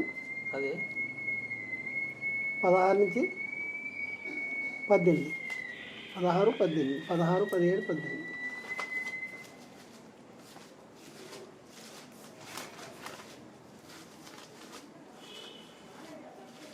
మనం దీవించు ఆశీర్వచనపు పాత్రలోనిది త్రాగుట క్రీస్తు రక్తంలో పాలు పుచ్చుకొనుటే కదా. మనము విరుచు రొట్టె తినుట క్రీస్తు శరీరంలో పాలు పుచ్చుకున్నటే కదా. మనమందరము ఆ ఒక్కటే రొట్టెలో పాలు పుచ్చుకొనుచున్నాము. రొట్టె ఒకటే గనక అనేకులమైన మనము ఒక్క శరీరమై ఉన్నాము. ఎంత అద్భుతంగా బైబిల్ ఆన్సర్ టు బైబిలే చక్కని సమాధానం మనకి ఇస్తుంది. రొట్టె ఒకటే గనక అనేకులమైన మనం ఒక్క శరీరమై ఉన్నాము అంటాడు. దానిలో పాలు పుచ్చుకున్న మేమందరం ఒకటే శరీరం అండి, మేము వేరు కాదు అన్నాం అనుకో పిచ్చోడు అంటారు. కానీ బైబిల్ ఏం చెప్తుంది? ఒకటే శరీరం, మనం ఒకే శరీరం అంటాం. అనేకులమైన మనం ఒక్క శరీరంగా ఉంటున్నాం. మరి యేసుక్రీస్తు వారు తండ్రి పని చేస్తా ఈ లోకానికి వచ్చి తండ్రి కార్యాలను జరిగిస్తానికి వచ్చి తండ్రి పనులు చేస్తా తండ్రి నేనే ఏకమే ఉన్నాం అంటే ఇదిగోండి ఈయనే తండ్రిని అనే కాడికి జనాలు వచ్చేసారు. మరి ఇక్కడ చూడండి, మరి రొట్టె ఒకటే కనుక అనేకులమైన మనము ఒక్క రొట్టెలో పాలు పుచ్చుకుంటున్నాము కనుక మనం ఒక్క శరీరంగా అనేకులమైన మనము ఒక్క శరీరమై ఉన్నాము అంటాడు. అంటే అర్థమేంటి? ఒక్క శరీరమై ఉన్నాం అంటే అందరూ అంటే శరీరకంగా వేరువేరుగా ఉన్నా కూడా అందరూ శరీరాలు కలిపి ఒకే పని చేస్తున్నాయి కాబట్టి ఏక శరీరమై ఉన్నాం. ఏకమే ఉండటం అంటే అర్థం ఏంటంటే అందరూ కలిపి శరీరకంగా అందరం కలిపి ఒకే దాన్ని తింటున్నాం కనుక ఒకే పని అక్కడ తింటున్నాం అనేది పని ఒకే పని చేస్తున్నారు కనుక ఏక శరీరంగా ఉన్నాం. అలాగే యేసుక్రీస్తు తండ్రి పరిశుద్ధాత్ముడు ముగ్గురు కలిపి ఒకే పని చేస్తున్నారు. తండ్రి నేను ఏకమే ఉన్నాను, యేసుక్రీస్తు అంటే ఏకమే ఉన్నాం అంటే అదిగోండి తండ్రి ఈయనే తండ్రి అంటే ఎట్లా ఎప్పుడు అర్థం అవుద్దండి. బైబిల్లో ఎంత చక్కగా చాలా క్లియర్గా ఉన్నాయి. మరి ఇవన్నీ అర్థం చేసుకోకుండా ఇవన్నీ తెలవకోకుండా బాప్తిజాలు తీసుకుంటున్నారు. ఎట్లా? యేసుక్రీస్తే తండ్రి అంటున్నారు. యేసుక్రీస్తే తండ్రి కాదండి, తండ్రి కాదు. అయ్యా అనొద్దు యేసుక్రీస్తుని అంటే. అయ్యా అంటే హానరబుల్గా అయ్యా అనొచ్చు, గౌరవంగా అనే అంటున్నారు. గౌరవంగా అనొచ్చా? అనకూడదా? ఎందుకు అనకూడదు? గౌరవంగా అనొచ్చు కదా. మనం శరీర సంబంధంగా గౌరవించుకుంటాం కానీ అలాంటి మర్యాద ప్రభు కాదు. చెప్పండి, ఇది ఆన్సర్ చెప్పాలి. ఎందుకు గౌరవంగా మనం అనకూడదు? అయ్యా అనేది అనకూడదు. అయ్యా అనేది ఒకటి తండ్రి వర్తిస్తుంది. అయ్యా అంటే తండ్రి అంటే తండ్రిని కొడుకుని ఒకటి చేయడం. ఇప్పుడు అయ్యా అని పిలిచేది బైబిల్లో ఒక ఆమె పిలిచింది, సమరయ స్త్రీ పిలిచింది. అయ్యా అని అంది. అయ్యా అని అంటే యేసుక్రీస్తు ఎవరో తెలవని పరిస్థితుల్లో అయ్యా అన్నది. అయ్యా ఆ నీళ్ళు నీకు ఎలా దొరుకుతాయి, బావి లోతైందే అయ్యా ఆనంది. ఆయన ఎవరో తెలియని పరిస్థితుల్లో అయ్యా ఆనంది. నువ్వు ఆయన నీకు పెద్దన్నాన్ని తెలిసిన పరిస్థితుల్లో ఆయన అయ్యా అంటే నీకు పుట్టగతులు ఉన్నాయా? నీకు నీకు అసలు రక్షణ ఉందా? ఇప్పుడు పెద్దన్నని తీసుకొచ్చి నాయన అంటే దానికి ఏమైనా అర్థం ఉందా? నువ్వు ఎప్పుడు అయ్యా అనాలి? తెలియనప్పుడు. ఎవరు తెలవకపోతే అయ్యా అంటే దానికి తప్పలేదు. అసలు నువ్వు బాప్తిజాలు తీసుకుని సంఘంలో చేర్చబడి యేసు దేవుని కుమారుడని ఒప్పుకొని, దేవుడు క్రీస్తుని కన్నాడని ఒప్పుకొని, ఈయన ఆయనకి తండ్రి అవుతాడు, ఆయన కుమారుడు అవుతాడు, యేసు తండ్రికి సాక్ష్యం చెప్పాడు, ఈయన నా కుమారుడు, నేను కని ఉన్నాను, ఈయన మాట వినండి, ఇన్ని సాక్ష్యాలు ఇన్ని చెప్పిన తర్వాత కూడా యేసుక్రీస్తుని అయ్యా అని అంటున్నావంటే అర్థం ఏంటి? గౌరవంగా అంటున్నావా? ఎక్కడన్నా ఉందా గౌరవంగా? యేసుక్రీస్తుని గౌరవంగా అయ్యా అని అనుమానం ఎక్కడన్నా ఉందా? యేసుక్రీస్తుని గౌరవిస్తే యేసుక్రీస్తు ప్రభు అని ఒప్పుకోవాలి. యేసుక్రీస్తుని ప్రభు అని ఒప్పుకోవాలి. ఇప్పుడు ఎవరికి ప్రభువు? యేసుక్రీస్తు అందరికీ ప్రభు. 3 లోకాల్లో ఉన్న వాళ్ళకి ప్రభు, అందరికీ ప్రభు, అందరికీ ప్రభు. ప్రభువుని ఒప్పుకోవాలి, నోటితో ఒప్పుకొని హృదయంలో విశ్వసిస్తేనే నీకు రక్షణ.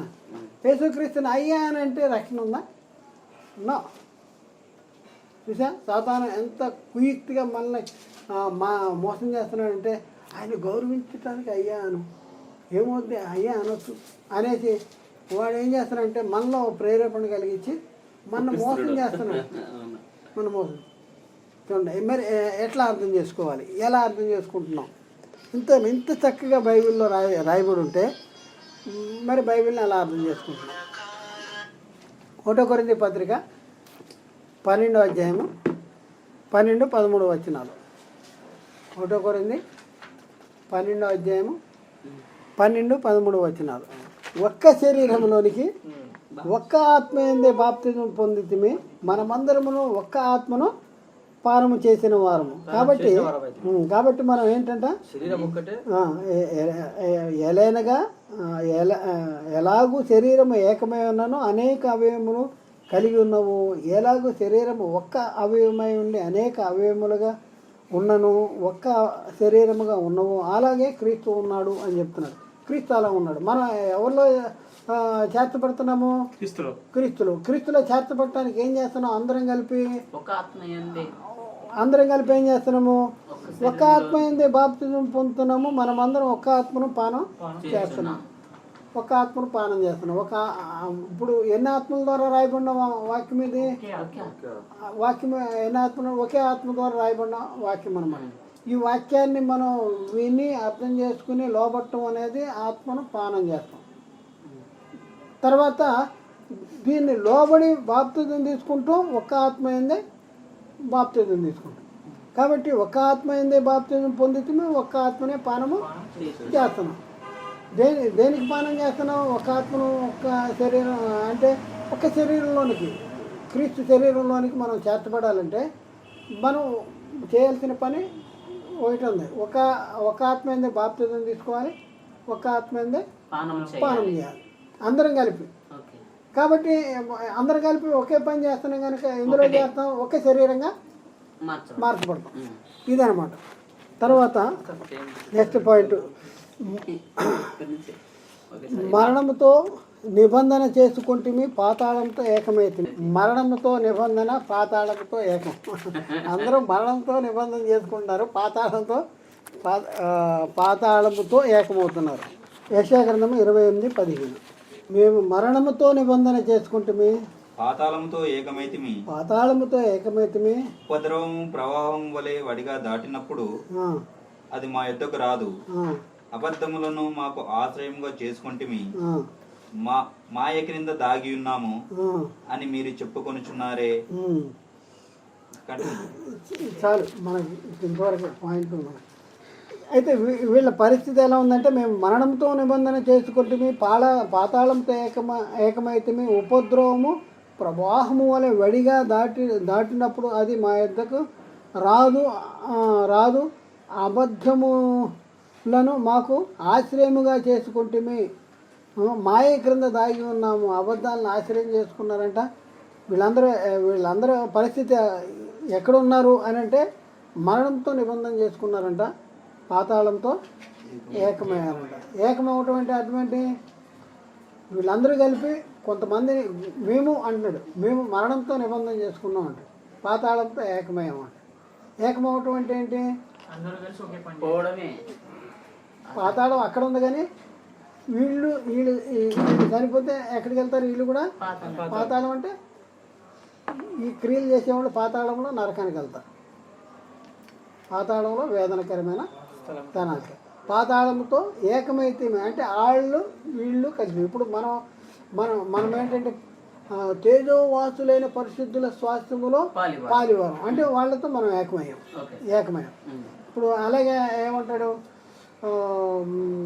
అంధకార సంబంధమైన అధికారం నుండి విడుదల చేసి తాను ప్రేమించిన తన కుమారుని రాజ్య నివాసులుగా చేశాం. మనం కూడా ఏకమయ్యాం. ఇక్కడ ఏకమయ్యారంటే ఇక్కడ దేంతో ఏకమయ్యారు? పాతాళంతో ఏకమయ్యారు. అంటే వీళ్ళు చనిపోతే ఎక్కడికి వెళ్ళిపోతారు? పాతాళంలో ఉన్న వారి దగ్గరికి నరకానికి వెళ్ళిపోతారు. పాతాళంలో మరణంతో నిబంధన చేసుకుంటూ అంటే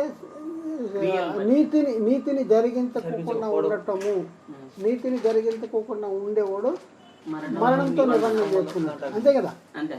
ఇప్పుడు ఒకడు నా మాట గాయకుంటే వాడు ఎన్నడు మరణం పొందడని మీతోనే 8:51 యోహాను సువార్త. మాట గాయకొని ఒకడు నా మాట గాయకుంటే వాడు మరణంలో నుండి జీవములను దాటాడు. అది యోహాను సువార్త 5వ అధ్యాయం, ఇది యోహాను సువార్త 8వ అధ్యాయం. అంటే మరణంతో నిబంధన చేసుకుంటున్నాం అంటే ప్రభు మాటను వినుకోకుండా వేరే నీ ఇష్టం వచ్చినట్టు చేసుకుంటూ మరణంతో నిబంధన. వీళ్ళందరూ దేనితో ఏకమవుతున్నారు? పాతాళంతో ఏకమవుతున్నారు. ఇక్కడున్నా అక్కడ ఉన్నట్లు లెక్క, ఇక్కడున్నా కూడా అక్కడ ఉన్నట్లు లెక్క. ఏకమవుతున్నారు, వీళ్ళిద్దరు కలిసిపోతున్నారు. అదనమాట. సహోదరుని ప్రేమింపని ప్రతి వాడు మరణమందు నిల్చున్నాడు. ఇద్దరు ఒకటేక మరణం అక్కడ ఉన్నట్లు లెక్క. ఏకమవుతున్నారు. వీసా అక్కడ ఉంది, వీసా పాస్పోర్ట్ అన్నీ అక్కడ ఉన్నట్లు లెక్క. ఈ ఎక్కడ మీ పౌరస్థితి ఎక్కడుంది? మీరు మీ తండ్రి అపవాది సంబంధులు అంటే అంటే ఏంటి? ఏకమైపోతున్నారు. సంబంధులు అంటే అంటే అర్థం ఏంటి? మీరు మీ అపవాద సంబంధులు. వాడు అబద్ధికుడు, అబద్ధానికి జనకుడు. వాని ఎందుకు సత్యమే లేదు. వాడు నరహంతకుడు, మీరు అపవాదం. ఏకమవటం. వాడు దేనికి పాత్రుడు? నరకానికి పాత్రుడు. వీళ్ళు కూడా నరకానికి. వీళ్ళు దేనికితో నిబంధన చేస్తున్నారు? మరణంతో నిబంధన. అంటే సత్యాన్ని లోబడట్లా, సత్యాన్ని జరిగించట్లా. మీరు ఎందుకు మీ తండ్రికి అపవాద సంబంధం అంటే మీలో నా వాక్యము చోట్లేదు కనుకనే అంటాడు. వాక్యం చోట్లేదు. యోహాను సువార్త 8వ అధ్యాయంలో అనుసరించుదురు కానీ వారి హృదయం నాకు దూరంగా ఉంది. యోహాను సువార్త 8వ అధ్యాయం 37వ వచనంలో, మీరు అబ్రహాము సంతానమైన నాకు తెలియను, అయినను మీలో నా వాక్యమునకు చోటు లేదు కనుక నన్ను చంపవెదుగుతున్నారు. మీలో నా వాక్యానికి చోటు లేదు అంటాడు. 37లో, అబ్రహాము సంతానమని నాకు తెలియదు, అయినను మీలో నా వాక్యమునకు చోటు లేదు కనుక నన్ను చంపవెదుగుతున్నారు. తర్వాత 40వ వచనం కానించి, దేవుని వలన విన్న సత్యమును మీతో చెప్పిన వాడనైనా నన్ను ఇప్పుడు మీరు చంపవెదుగుతున్నారే, అబ్రహాము అట్లు చేయలేదు, మీరు మీ తండ్రి క్రియలే చేస్తున్నారని చెప్పాను. అందుకు మేము అబ్రహాము వలన పుట్టిన వారము, మేము వ్యభిచారము వలన పుట్టిన వారము కాము, దేవుడు అక్కడే మాకు తండ్రి అని చెప్పగా యేసు వారితో ఇట్లన్నా, దేవుడు మీ తండ్రి అయిన మీరు నన్ను ప్రేమింతురు. నేను దేవుని యొద్ద నుండి బయలుదేరి వచ్చి ఉన్నాను, నా అంతటి నేనే వచ్చి ఉండలేదు, ఆయనే నన్ను పంపెను. ఇది ఇంపార్టెంట్. 43వ వచనంలో, మీరేలా నా మాట గ్రహింపకున్నారు, మీరు నా బోధ విననేరకుండటం వల్లనే కదా అని చెప్పి మీరు మీ తండ్రి అపవాది సంబంధులు అనేసి వాళ్ళతో కలిపేస్తున్నాడు. అంటే ఏకం చేస్తున్నాడు. ఎందుకు ఏకం చేస్తున్నాడు అంటే ఇక్కడ మీ తండ్రి దురాశలనే నెరవేర్చుకోరుతున్నారు. ఆది నుండి వాడు నరహంతకుడైండి సత్యముందు నిలిచినవాడు కాదు, వాని యందు సత్యమే లేదు, వాడు అబద్ధం ఆడినప్పుడు తన స్వభావమును అనుసరించే మాటలాడును, వాడు అబద్ధికుడు అబద్ధమునకు జనకుడినై ఉన్నాడు అంటే ఉన్నాడు. ఇప్పుడు సాతాను వాళ్ళ తండ్రి లెక్క చేసి సాతాన్ని వాడి క్రియలు చేస్తున్నారు కాబట్టి వాళ్ళు అంటే ఏకమవుతుంది. ఏకమవటం అంటే వాళ్ళతో ఏకమవుతున్నారు. అబ్రాహ్మ కుమారులు అంటే మీ తండ్రి అట్ట చేయలేదు, మీరు ఇట్ట చేస్తున్నారు, మీరు అపవాది పిల్లలు. అంటే ఎవరితో ఏకమవుతున్నారు వీళ్ళు? అపవాదితో ఏకమవుతున్నారు. అపవాదికి ఎక్కడ వాడికి ఎక్కడ మధ్య ఆఖరి మధ్యలో అంటే నరకం. పాతాళం. వీళ్ళు దేంతో నిబంధన చేస్తున్నారు? మరణంతో నిబంధన. దేనిలో ఏకమవుతున్నారు? పాతాళంలో పాతాళం ఏకమవుతున్నారు. ఇక్కడ మా కీర్తన 50:18 18. నీవు దొంగను చూచినప్పుడు వానితో ఏకీభవించేదవు, విచారులతో నీవు సాంగత్యం చేసేదవు. చాలండి. దొంగను చూసినప్పుడు ఏం చేస్తాడంట? వానితో ఏకీభవించేదవు అంటే అర్థమేంటి? వాని క్రియలు ఎందుకు దొంగ పని చేస్తున్నావు తప్పు అని అంటున్నాడా? లేదులే కలిసిపోతున్నాడు. ఇంకా ఇంకా చిన్న తెచ్చేయండి, పెద్ద తెస్తే పోయేది. పద ఇద్దరం కలిసి వెళ్ళి మోసుకొద్దాం, నాకెందుకు చెప్పు అనేసి ఏకీపిస్తున్నట్టు. అంటే ఏకీపిస్తున్నట్టు అర్థం ఏంటి? ఒప్పుకుంటున్నాడు, వాడితో ఏకమైపోతున్నాడు, వాడితో ఏకమవుతున్నాడు. దొంగని న్యాయాధిపతులు 20:11. కాబట్టి ఇశ్రాయేలీలందరూ ఒక్క మనుషుడైనట్టుగా ఏకీభవించి ఆ ఊరి వారితో యుద్ధం చేయుట కూడివిరి. చాలు. ఇశ్రాయేలీలందరూ ఏం చేశారంట? ఒక్క మనుషుడైనట్లు ఏకీభవించి. అంటే అందరూ కూడా ఒక్క మనిషిగా మారిపోయారా? ఏకీభవించడం అంటే ఒకే పని చేశారు. అందరూ కూడా ఒకేసారి ఒకే పని కలిసికట్టుగా ఉండి ఒకటి వెనక్కి ముందుకు కాకుండా అందరూ కూడా ఒకేసారి ఒకే మాటతో ఒకే పని జరిగించారు. ఒక్క మనుషుడైనట్టుగా. అంటే కాబట్టి ఇశ్రాయేలీలందరూ ఒక్క మనుషుడైనట్లుగా ఏకీభవించి ఆ ఊరి వారితో యుద్ధము చేసిరి. కీర్తన 33:15. ఆయన వారందరి హృదయములను ఏకరీతిగా నిర్మించిన వాడు. హృదయాల్ని ఎలా నిర్మించాడు? అందరే ఒకే రీతిగా నిర్మించాడు. దేవుడు నరులను యథార్థవంతులుగా సూచించాడు, కానీ వాళ్ళు ఏం చేస్తున్నారు? వివిధమైన తంత్రాలని కల్పించారు. ఏకరీతిగా నిర్మించాడు దేవుడు. హృదయాన్ని మాత్రం ఎలా నిర్మించాడంట? ఏకరీతిగానే నిర్మించాడు. ఇప్పుడు మనము మన గురించి ఆలోచిద్దాం. మనం సంఘంగా మనం ఏం చేయాలి అంటే ఏకముగా ఉండాలి, ఏక మనస్కులుగా ఉండాలి, ఏక హృదయం కావాలి, ఏక భావము కావాలి, ఏక తాత్పర్యము కావాలి, ఏక ఆత్మగా ఉండాలి, ఏక ప్రేమ కలిగి ఉండాలి, ఒక్కదాని అందే మనసు ఉంచాలి, అందరూ కలిపి సహవాసంగా కూడి ఉండాలి అనేసి దాని గురించి మనం కొన్ని సంగతులు. గల్తీ పత్రిక 3:27-28. క్రీస్తులోనికి బాప్తిసం పొందిన మీరందరూ క్రీస్తును ధరించుకొని ఉన్నారు. ఇక్కడ ఏమంటున్నాడు? మీరందరూ అన్నాడు. మీరందరూ క్రీస్తులోనికి బాప్తిసం పొందిన మీరందరూ అన్నాడు. ఎవరో మీరందరూ ఇప్పుడు ఇంకా తెలవదు. మీరందరూ క్రీస్తుని ధరించుకొని ఉన్నారు. ఇంకా తర్వాత ఇందులో యూదుడని. మీరందరూ అంటే ఎవరు? ఇందులో మీరందరూ అంటే ఎవరి గురించి చెప్తున్నాడు? యూదుడని, గ్రీకు దేశస్థుడని లేదు, దాసుడని, స్వతంత్రుడని లేదు, పురుషుడని, స్త్రీ అని లేదు, యేసుక్రీస్తునందు మీరందరూ ఇక్కడ మీరందరూ అంటాడు. మీరందరూ అంటే మీరందరూ అంటే ఏంటి? యేసుక్రీస్తులోనికి బాప్తిసం పొందిన మీరందరూ అని చెప్పుకుంటూ వచ్చి ఇక్కడ యేసుక్రీస్తునందు మీరందరూ ఏకముగా ఉన్నారు. మీరందరూ అంటే ఎవరిని గురించి చెప్తున్నాడు? పైన యూదుడు కానీ, గ్రీకు దేశస్థుడు కానీ, స్త్రీ కానీ, పురుషులు కానీ లేదు. వీళ్ళందరూ ఎలా ఉన్నారంటే ఏకముగా ఉన్నారు అంటాడు. వీళ్ళందరూ మేము యూదులు ఉండి, మేము గ్రీకు దేశస్తులు ఉండి, ఫలానా ఉండి అని అనడానికి వీళ్ళది. ఇక్కడికి వచ్చి క్రీస్తులో బాప్తిసం పొందిన వీళ్ళందరూ కూడా ఎలా ఉండాలి? ఏకముగా ఉండాలి, క్రీస్తుని ధరించుకొని ఏకంగా ఉండాలి. ఏకం మీ అందరం ఒకటిగానే ఉంటున్నారా? యూదుడు, గ్రీకు దేశస్తుడు అంటే యూదుడంటే అప్పటికి దేవుని ప్రజలు ఏది ధర్మశాస్త్రం అమల్లో ఉన్న కాలం. ధర్మశాస్త్రం అమల్లో ఉన్న కాలంలో అప్పటికి ఏది దేవుని ప్రజలుగా అనబడేవాడు. పడినవారు. ఇప్పుడు గ్రీకు దేశస్థుడు అంటే అన్ని జనులు. అయితే యేసుక్రీస్తు దగ్గరికి వచ్చి బాప్తిజం తీసుకున్నప్పుడు దేవుని ప్రజలేం లేదు, అన్ని జనులు లేదు, వీళ్ళందరూ కూడా ఏమైపోతున్నారు, ఏకంగా ఉంటున్నారు. అంతకు మునుపు ఎలా ఉండేవాళ్ళు, అంతకుముందు వీళ్ళు యూదులండి, వీళ్ళు అన్ని జనులండి అని వేరు వేరుగా ఉండే. అయితే క్రీస్తు దగ్గరికి వచ్చేటప్పటికి ఏముంది, వీరందరూ కూడా ఏకమై ఉన్నారు అంటాడు. అంటే ఏకమై ఉన్నారంటే అంటే వ్యక్తులుగా అందరూ కలిపి ఒకళ్ళుగా మారిపోతున్నారా, లేకపోతే వేరు వేరు వ్యక్తులుగా ఉండి ఒకళ్ళుగా ఉంటున్నారా? వేరువేరుగా ఉన్న వాళ్ళు ఒక్కటిగా మారిపోతున్నారు. యూదులుగా ఉన్నవాళ్ళు, గ్రీకు దేశస్తులుగా ఉన్నవాళ్ళు, స్త్రీలుగా ఉన్నవాళ్ళు, పురుషులుగా ఉన్నవాళ్ళు, వీళ్ళందరూ కలిపి ఏకమవుతున్నారు.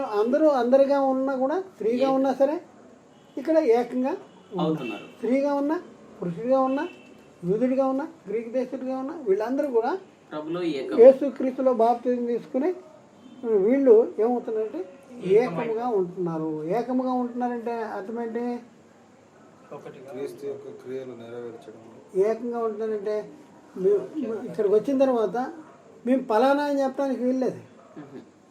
ఏం చెప్పాలి, ఇక్కడికి వచ్చిన తర్వాత క్రీస్తుని ధరించుకున్నాం, మేము క్రీస్తు వారం, క్రీస్తుని ధరించుకున్నాం, క్రీస్తుని పోలు నడుచుకోవాలి. అందరూ కూడా క్రీస్తుని పోలు నడుచుకోవాలి, క్రీస్తు స్వరూపంలోనికి మార్చబడాలి, ఏకంగా ఉండాలి. వీళ్ళందరూ ఒకేలాగా ఉండాలి, ఒకటిగా ఉండాలన్నమాట. అందరూ ఒకటే. మేము యూదుడు అండి అంటే కుదరదు, మేము గ్రీక్ దేశస్తులు అంటే కుదరదు. ఇప్పుడు మరి క్రైస్తవ సమాజంలో ఎన్ని గ్రూపులు ఉన్నాయి, ఎన్ని గ్రూపులు ఉన్నాయి? అక్కడేమో యూదులు గ్రీకు దేశస్తులు అన్నారు, కానీ ఇప్పుడు మనలో ఇంకా ఎన్ని గ్రూపులు ఉన్నాయండి. మేము ఫలానా అంటే మేము ఫలానా, ఆ గ్రూపులు కాదు, ఫలానా సంఘం, ఈ సంఘం అంటే రకరకాల. మీరెవరంటే మీరు ఫలానా, మీరెవరైనా అంటే ఏం చెప్పాలి, నేను మొదట ఎవరినే పాపిని అని చెప్పాలి. నేను మొదట ఎవరినే బాపునాయను అండి అంటే, ఇంత బాపునాయను ప్రభువు నమ్ముకున్నా అంటే నేను చాలా గొప్ప స్థితిలో ఉండి తక్కువకి వచ్చేసానని చెప్తున్నావా నువ్వు? ఎక్కడి నుంచి ఎక్కడికి వచ్చావు? మనం ఎక్కడ అసలు మనం ఎక్కడున్న మన పరిస్థితి ఏంటి? పాపంలో ఉన్నాం, పాపంలోని ప్రభు దగ్గరికి వచ్చాం, పాపంలో ఉన్నాం, ప్రభు దగ్గరికి వచ్చాం. ఇక్కడికి వచ్చిన తర్వాత మనం ఏమవుతున్నాం, ఏకంగా ఉంటున్నాం అన్నమాట. మనం వీళ్ళు ఏం చెప్తున్నారు, నేను పర్వత సూర్యనారాయణ చెన్నై సూర్యుని, లేకపోతే మనవుడిని, అదండి ఇదండి అనేసి నేను ఫలానా అని ముందు చెప్పుకుంటున్నాను, ఫలానా అని ముందు చెప్పుకుంటున్నారు. ఇక్కడికి వచ్చిన తర్వాత అది అవసరమా అంటే అది అవసరం లేదు. యూదుడు లేదు, గ్రీకు దేశస్తులు లేదు, స్త్రీ లేదు, పురుషులు అందరూ ఒకటేనండి. ఇంకా నువ్వు ఫలానా కనుక నీకు ఎక్కువ, ఫలానా కనుక తక్కువ అనేది ఏం లేదు. క్రీస్తు దగ్గరికి వస్తే అందరూ కూడా సమానం, ఏకం అని అంటారు. తర్వాత ఇంకా మనం చూద్దాం యోహాను సువార్త 11:52. మాత్రమే గాక ఆ జనము కొరకు మాత్రమే గాక చెదిరిపోయిన దేవుని పిల్లలను ఏకముగా సమకూర్చుటకును చావనయ్యున్నాడని ప్రవచించెను. ఏకముగా సమకూర్చటానికి అంటాడు.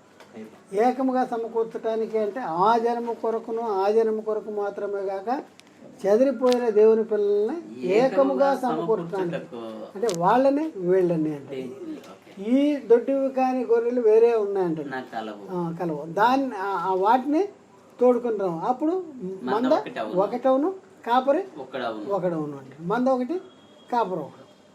ఈ దొడ్డివి కానీ ఇక్కడ అదే చెప్తున్నాడు, అదే సంగతిని మళ్ళీ ఇక్కడ చెప్తున్నాడు. ఏంటంటే ఆ జనము కొరకు మాత్రమే కాక అంటే ఆ జనము కొరకు అంటే ఆ జనము అనేది చెదిరిపోయిన దేవుని పిల్లలు అంటున్నాడు. మళ్ళీ ఇక్కడ చెదిరిపోయిన దేవుని పిల్లలు ఏకముగా సమకూర్చుంది. చెదిరిపోయిన దేవుని పిల్లలు అనేది ఎవరి గురించి చెప్తున్నాడు? ఆ జనము కొరకు మాత్రమే కాక చెదిరిపోయిన దేవుని పిల్లలు అంటాడు. చెదిరిపోయిన దేవుని పిల్లలు అప్పటికి ఇశ్రాయేలీలే పరిస్థితి ఏంటి? చెదిరిపోయారు ఇశ్రాయేలు. అంటే ఆ జనము కొరకు అంటే అన్ని జనుల కోసం, ఇక్కడేమో ఆ జన్మ కొరకు మాత్రమే కాక చెదిరిపోయిన దేవుని పిల్లలు అంటే ఇశ్రాయేలీల కొరకు ఇద్దరి కోసం ఆయన సావనే ఉన్నాడంట. అందుకనే ఈ దొడ్డువి కాని గొర్రెలు వేరే ఉన్నాయి అని యేసుక్రీస్తు. ఈ దొడ్డువి కాని వేరే గొర్రెలు అంటే ఏంటి? అన్ని జనులు, ప్రజలు మాత్రమే అన్ని జనులు. తర్వాత ఇక్కడ ఏమంటాడు? తోడుకని రావాలను అవి నా స్వరం విన్ను, అప్పుడు మంద ఒకటే అవును, గొర్రెల కాపరి ఒక్కడే అవును అంటాడు. ఒక్కడే అవును. మంద ఒకటి అంటే అర్థమేంటి? ఇద్దరు వాళ్ళు వీళ్ళు కలిపి ఒకటి అవటం. ఇంకొకటి చూద్దాం అండి. పెప్సీ పత్రిక 1వ అధ్యాయం 11వ వచనం. ఏకముగా సమకూర్చాలి, ఏకంగా సమకూర్చాలి అంటాడు.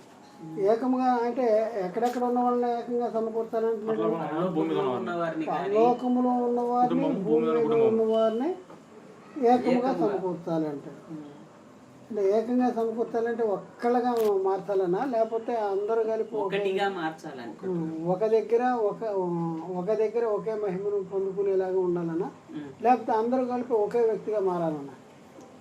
కొలసీ పత్రిక 1వ అధ్యాయం 19-20. లోకంలో ఉన్నవే కానీ భూమి మీద ఉన్నవేనను పరలోకమందు ఉన్నవేనను వాటన్నింటినీ ఆయన ద్వారా తనతో సమాధానపరుచుకోవాలని తండ్రి. అంటే పరలోకంలో ఉన్నవారిని, భూమి మీద ఉన్నవారిని ఏం చేయాలి? ఏకముగా సమకూర్చాలి అనేసి తండ్రి అభిష్టం. ఏకముగా అనేది అంటే తండ్రి నేను ఏకమే ఉన్నామంటే గొప్పని ఇద్దరు ఒకటే అంటున్నాం. ఇక్కడ ఏకము అంటాడు. మళ్ళీ ఇప్పుడు నెక్స్ట్ పాయింట్ ఏంటంటే ఏక మనస్సు.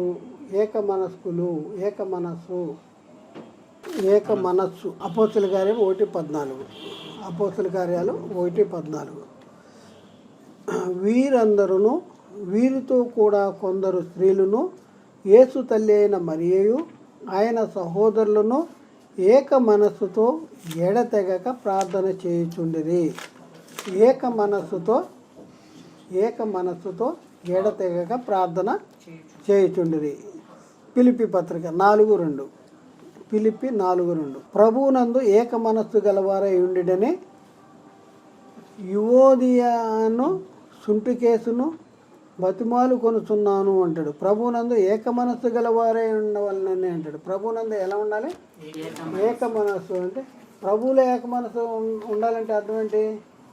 ప్రభు పని చేయటంలో ఇద్దరు కలిపి ఒకే ఆలోచన, ఒకే తలంపు కలిగి ఉండాలి అనేసి. తర్వాత ఫిలిప్పీ 1వ అధ్యాయము 27-28. 1వ అధ్యాయము 27-28. నేను వచ్చి మిమ్మల్ని చూచినను రాకపోయినను మీరందరూ ఏ విషయంలోనూ బెదరక అందరూ ఒక్క భావముతో సువార్త విశ్వాస పక్షమున పోరాడుచు. చూడండి, అందరూ ఒక్క భావముతో సువార్త విశ్వాస పక్షమున పోరాడుతూ ఏక మనస్సు గలవారే నిలిచి ఉన్నారని నేను మిమ్మును గురించి వినిలాగన మీరు క్రీస్తు సువార్తకు తగినట్లుగా ప్రవర్తించుడి అంటాడు. అందరూ ఒక్క భావముతో సువార్త విశ్వాస పక్షమున పోరాడుతూ ఏక మనస్సు గలవారే నిలిచి ఉండాలంటాడు. క్రీస్తు సువార్తకు తగినట్లుగా ప్రవర్తించాలంటాడు. అంటే ఇక్కడ ఏముంది? ఒక్క భావంతో ఉండాలి, ఏక మనస్సు గలవారే ఉండాలి, క్రీస్తు సువార్తకు తగినట్లుగా ప్రవర్తించాలి అంటే. ఫిలిప్పీ 2:2. ఫిలిప్పీ 2:2. ఏక మనసులగున్నట్లుగా ఏక ప్రేమ కలిగి ఏక భావము గలవారుగా ఉండి ఒక్కదాని యందే మనసు నుంచుచు నా సంతోషమును సంపూర్ణము చేయుడి అంటాడు. అంటే చూడండి, ఏక మనస్కులుగా ఉండాలి, ఏక ప్రేమ కలిగి ఉండాలి, ఏక భావము కలిగి ఉండాలి, ఒక్కదాని యందే మనసు ఉంచుచు నా సంతోషాన్ని సంపూర్ణము చేయండి అంటే. ఇప్పుడు నెక్స్ట్ ఏక హృదయము. కార్యాలు 4వ అధ్యాయము 32వ వచనం. విశ్వసించిన వారందరూ ఏక హృదయమును ఏకాత్మయు గలవారై ఉండిరి. చూడండి, విశ్వసించిన వారు ఎలా ఉన్నారంట? ఏక హృదయమును ఏక ఆత్మ కలిగిన వారుగా ఉన్నారు. ఎవడును తనకు కలిగిన వాటిలో ఏది తనదని అనుకోలేదు, వారికి కలిగినదంతా వారి సమీక్షగా ఉండెను. ఇక్కడ ఏక హృదయమును ఏక ఆత్మయును కలిగింది. ఏక హృదయము అంటాడు. అంటే హృదయం అంటే ఒకే ఒకే మన ఆలోచన, ఒకే తలపు. ఏకాత్మ అంటే ఏకాత్మగా ఉన్నారంటే అర్థం ఏంటి? ఒకే పని మీద ప్రభు పనిలో ఒకే పనిలో ఆత్మ యొక్క నియమం ఒకే పనిలో ఉన్నారు. దేవుని పనిలో ఒకే పనిలో ఉన్నారు. ప్రభుతో కలుసుకున్నవాడు ప్రభుతో ఏకాత్మే ఉంటారు. ఇప్పుడు ఏకాత్మగా ఉన్నారంటే ప్రభుతో కలుసుకుంటున్నారు, అంటే దేవుని పనిలో వీళ్ళందరూ కలిపి ఉన్నారు అన్న. తర్వాత ఇర్మియా 32:39 మరియు వారికిని వారి కుమారులకును మేలు కలుగుటకై వారు నిత్యము నాకు భయపడినట్లు నేను వారికి ఏక హృదయమును ఏక మార్గమును దయచేయుదును అంటాడు. ఏక హృదయమును ఏక మార్గమును దయచేయుదును అంటాడు. నెక్స్ట్ పాయింట్ ఏక భావము. ఏక భావము రోమపత్రిక 15:5 మీరు ఏకభావము గలవారై ఏకగ్రీవముగా మన ప్రభు అయిన యేసుక్రీస్తు తండ్రి అయిన దేవుని మహిమపరచు నిమిత్తము అంటున్నాడు. ఏకభావము గలవారై ఏకగ్రీవముగా మన ప్రభు అయిన యేసుక్రీస్తు తండ్రి యొక్క దేవుణ్ణి మహిమపరచు నిమిత్తము అంటాడు. అంటే ఏకభావంగా ఉండాలి, ఏకగ్రీవంగా ఉండాలి. తర్వాత ఫిలిప్పీ 2:2లో కూడా ఏకభావము ఉంది. ఫిలిప్పీ 2:2లో మీరు ఏక మనస్కులగునట్లును ఏక ప్రేమ కలిగి ఏకభావముగా ఉండుడి అనేసి అక్కడ ఉంది. నెక్స్ట్ ఏంటంటే ఇంకో పాయింట్ ఏక తాత్పర్యం. 1 కొరింథీ 1:10 సహోదరులారా మీరందరూ ఏకభావముతో మాట్లాడవలనని మీలో కక్షలు లేక ఏక మనస్సుతోనూ ఏక తాత్పర్యంతోనూ మీరు సన్నద్ధులై ఉండవలనని ప్రభువైన యేసుక్రీస్తు పేరట మిమ్మను వేడుకొనుచున్నాను అంటాడు. ఏక తాత్పర్యముతో మీరందరూ సన్నద్ధులు కావాలి అని. నెక్స్ట్ ఇప్పుడు ఏక ఆత్మ. ఏకాత్మ అంటే ఏంటి? 1 కొరింథీ 6:17 1 కొరింథీ 6:17 ఏక ఆత్మ. ఏక ఆత్మ 1 కొరింథీ 6:17 అపోస్తుల కార్యం 4:32 అపోస్తుల కార్యం 4:32 ఏక ఆత్మ. 1 కొరింథీ 6:17 అపోస్తుల కార్యం 4:32 చదువు ప్రభుతో కలుసుకునేవాడు ఆయనతో ఏకాత్మై ఉన్నాడు. ప్రభుతో కలుసుకోవాలి. తర్వాత అపోస్తుల కార్యం 4:32 విశ్వసించిన వారందరూ ఏక హృదయంతో ఏకాత్మ గలవారై ఉండిరి అంటది. ఏక హృదయము ఏక ప్రేమ. 2 కొరింథీ 13:11 2 కొరింథీ 13:11 తుదకు సహోదరులారా సంతోషించుడి, సంపూర్ణులై ఉండి, ఆదరణ కలిగి ఉండి, ఏక మనస్సులై ఉండి, సమాధానముగా ఉండి, ప్రేమ సమాధానమునకు కర్తయగు దేవుడు మీకు తోడై ఉండునుగాక. ఫిలిప్పీ 2:2 ఫిలిప్పీ 2:2 మీరు ఏక మనస్కులగునట్లుగా ఏక ప్రేమ కలిగి ఏకభావముగా ఉండి ఒక్కదాని యందే మనసుంచి నా సంతోషమును సంపూర్ణం చేయండి అంటే ఏక ప్రేమ ఒక్కదాని యందే మనసు ఉంచాలి. ఫిలిప్పీ 2:2 ఏక మనస్కులగునట్లుగా ఏక ప్రేమ కలిగి ఏకభావముగా ఉండి ఒక్కదాని యందే మనసు చూసిన నా సంతోషమును సంపూర్ణము చేయండి. ఒక్కదాని యందే మనసు ఉంచాలంట. మనసులో దేని మీద ఉంచుతున్నారు? మనం పైన ఉన్న వాటి మీద కానీ కింద ఉన్న వాటి మీద మనసు పెట్టకుడి అంటే కొలస్సీ 3:1-3 అంటే 2-3 కలిసి ఉన్నాయి. మీరు క్రీస్తు కూడా లేపబడిన వారైతే పైన వాటిని వెతికితే అక్కడ క్రీస్తు దేవుని కుడిపార్శ్వమున ఉన్నాడు. పైన వాటినేమే కానీ భూ సంబంధమైన వాటి మీద మీ మనసును పెట్టకుడి అంటే ఏదైనా మీరు మృతి పొందుతారు. మీ జీవము క్రీస్తు కూడా అంటే ఏక మనస్సులు. అందరి మనసు ఎక్కడ ఉంచాలి? దేని మీద? భూ సంబంధమైన వాటి మీద మనసు ఉంచాలా? పరలోక సంబంధమైన వాటి మీద మనసు ఉంచాలా? ఇప్పుడు మనం దేవునితో కలుసుకోవాలంటే ఏం చేయాలి? మనం ప్రభుతో అంటే అందరు కలిపి ప్రభు మనం అందరం కలిపి ఏం చేయాలి? ప్రభుతో వాక్యంలో ఏకమై వాక్యంలో ఏకమై ఉండాలి. అయితే ఇప్పుడు ఉన్న పరిస్థితిలో మన సహవాసం ఎవరితో ఉంది? ఆయన కుమారుడైన క్రీస్తును ఉన్నది. సహవాసం తండ్రితో కూడా ఆయన కుమారుడు. ఇప్పుడు నెక్స్ట్ పాయింట్ అంటే సహవాసం. నెక్స్ట్ పాయింట్ సహవాసం. యోహాను పత్రిక 1 యోహాను 1:3 మాతో కూడా మీకు సహవాసం కలిగినట్లు మేము చూచిన దాన్ని విన్న దాన్ని మీకు తెలియజేస్తున్నాము.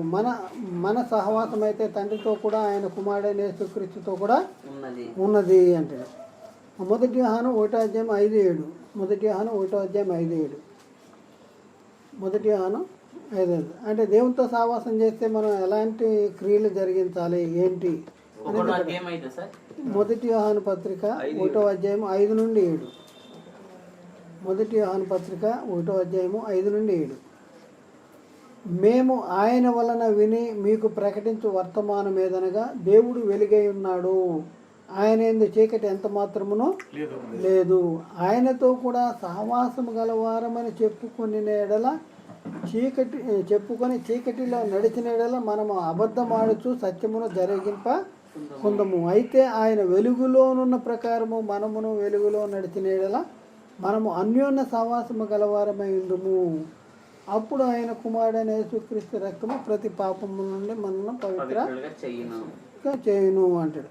అంటే ఆయన వెలుగులోనున్న ప్రకారము మనం ఎలా నడవాలి? వెలుగులో నడు. నువ్వు వెలుగులో నడుస్తుంటే ఎవరితో సహవాసం చేస్తున్నట్టు? అంటే వెలుగులో నడవటం అంటే అర్థం ఏంటి? వాక్యాన్ని వినాలి, లోబడాలి, అనుసరించాలి, ప్రకటన చేయాలి, ఇవన్నీ చేయాలి. ఇవన్నీ చేస్తే మనం ఎవరితో సహవాసం చేస్తున్నట్టు? తండ్రితోనూ ఆయన కుమారుడైన క్రీస్తుతో కూడా సహవాసం చేస్తున్నట్టు అనమాట. అయితే ఇప్పుడు మరి యేసుక్రీస్తు తండ్రి నేను ఏకమై ఉన్నాము అని అంటే యేసుక్రీస్తే తండ్రి అని చెప్తూ ఉన్నారు.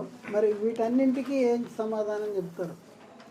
యేసుక్రీస్తు తండ్రి నేను ఏకమై ఉన్నా అంటే మరి వీటన్నింటికి ప్రభుతో కలిసి ఉన్నాడు, ప్రభుతో ఏకాత్మై ఉన్నాడు, లేకపోతే పురుషుడు తన తల్లిని తండ్రిని విడిచి భార్యను ఎత్తుకున్న వారిద్దరూ ఏకదేహమై ఉంటారు, వారికి ఇద్దరు కాక ఏక శరీరంగా ఉంటారు. ఏక శరీరం అంటే ఇద్దరు కలిపి ఒకే శరీరంగా మారిపోతారా? ప్రభుతో కలుసుకున్నాడు ప్రభుతో ఏకాత్మై ఉంటాడంటే దాని అర్థం ఏంటి?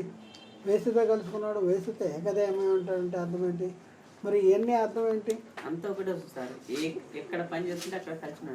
కలిసి ఒకటిగా ఉంటారు అనేసి. మరి యేసుక్రీస్తు తప్పన్నాడా? నేను తండ్రి పని చేస్తున్నాను అన్నాడు. ఆయన చెప్పాడు తండ్రి క్రియలు చేయకపోతే నన్ను నమ్మకండి అన్నాడు. ఆ క్రియలు బట్టి నన్ను నమ్మండి అన్నాడు. నేను చెప్పే మాటలు నాయి కాదు, తండ్రి చెప్పిన మాటలే చెప్తున్నాను. మరి ఇన్ని రకాలుగా చెప్తూ తండ్రి నేనే ఏకమై ఉన్నా అని చెప్తే యేసుక్రీస్తు తండ్రి అని చెప్పడానికి మరి ఎందుకు ముందుకు వస్తున్నారు? దేవుడు మాట్లాడిన ప్రతి మాట ప్రతి ఒక్క హృదయంలో నెరవేర్చాలని చేయను గాక. ఆమేన్.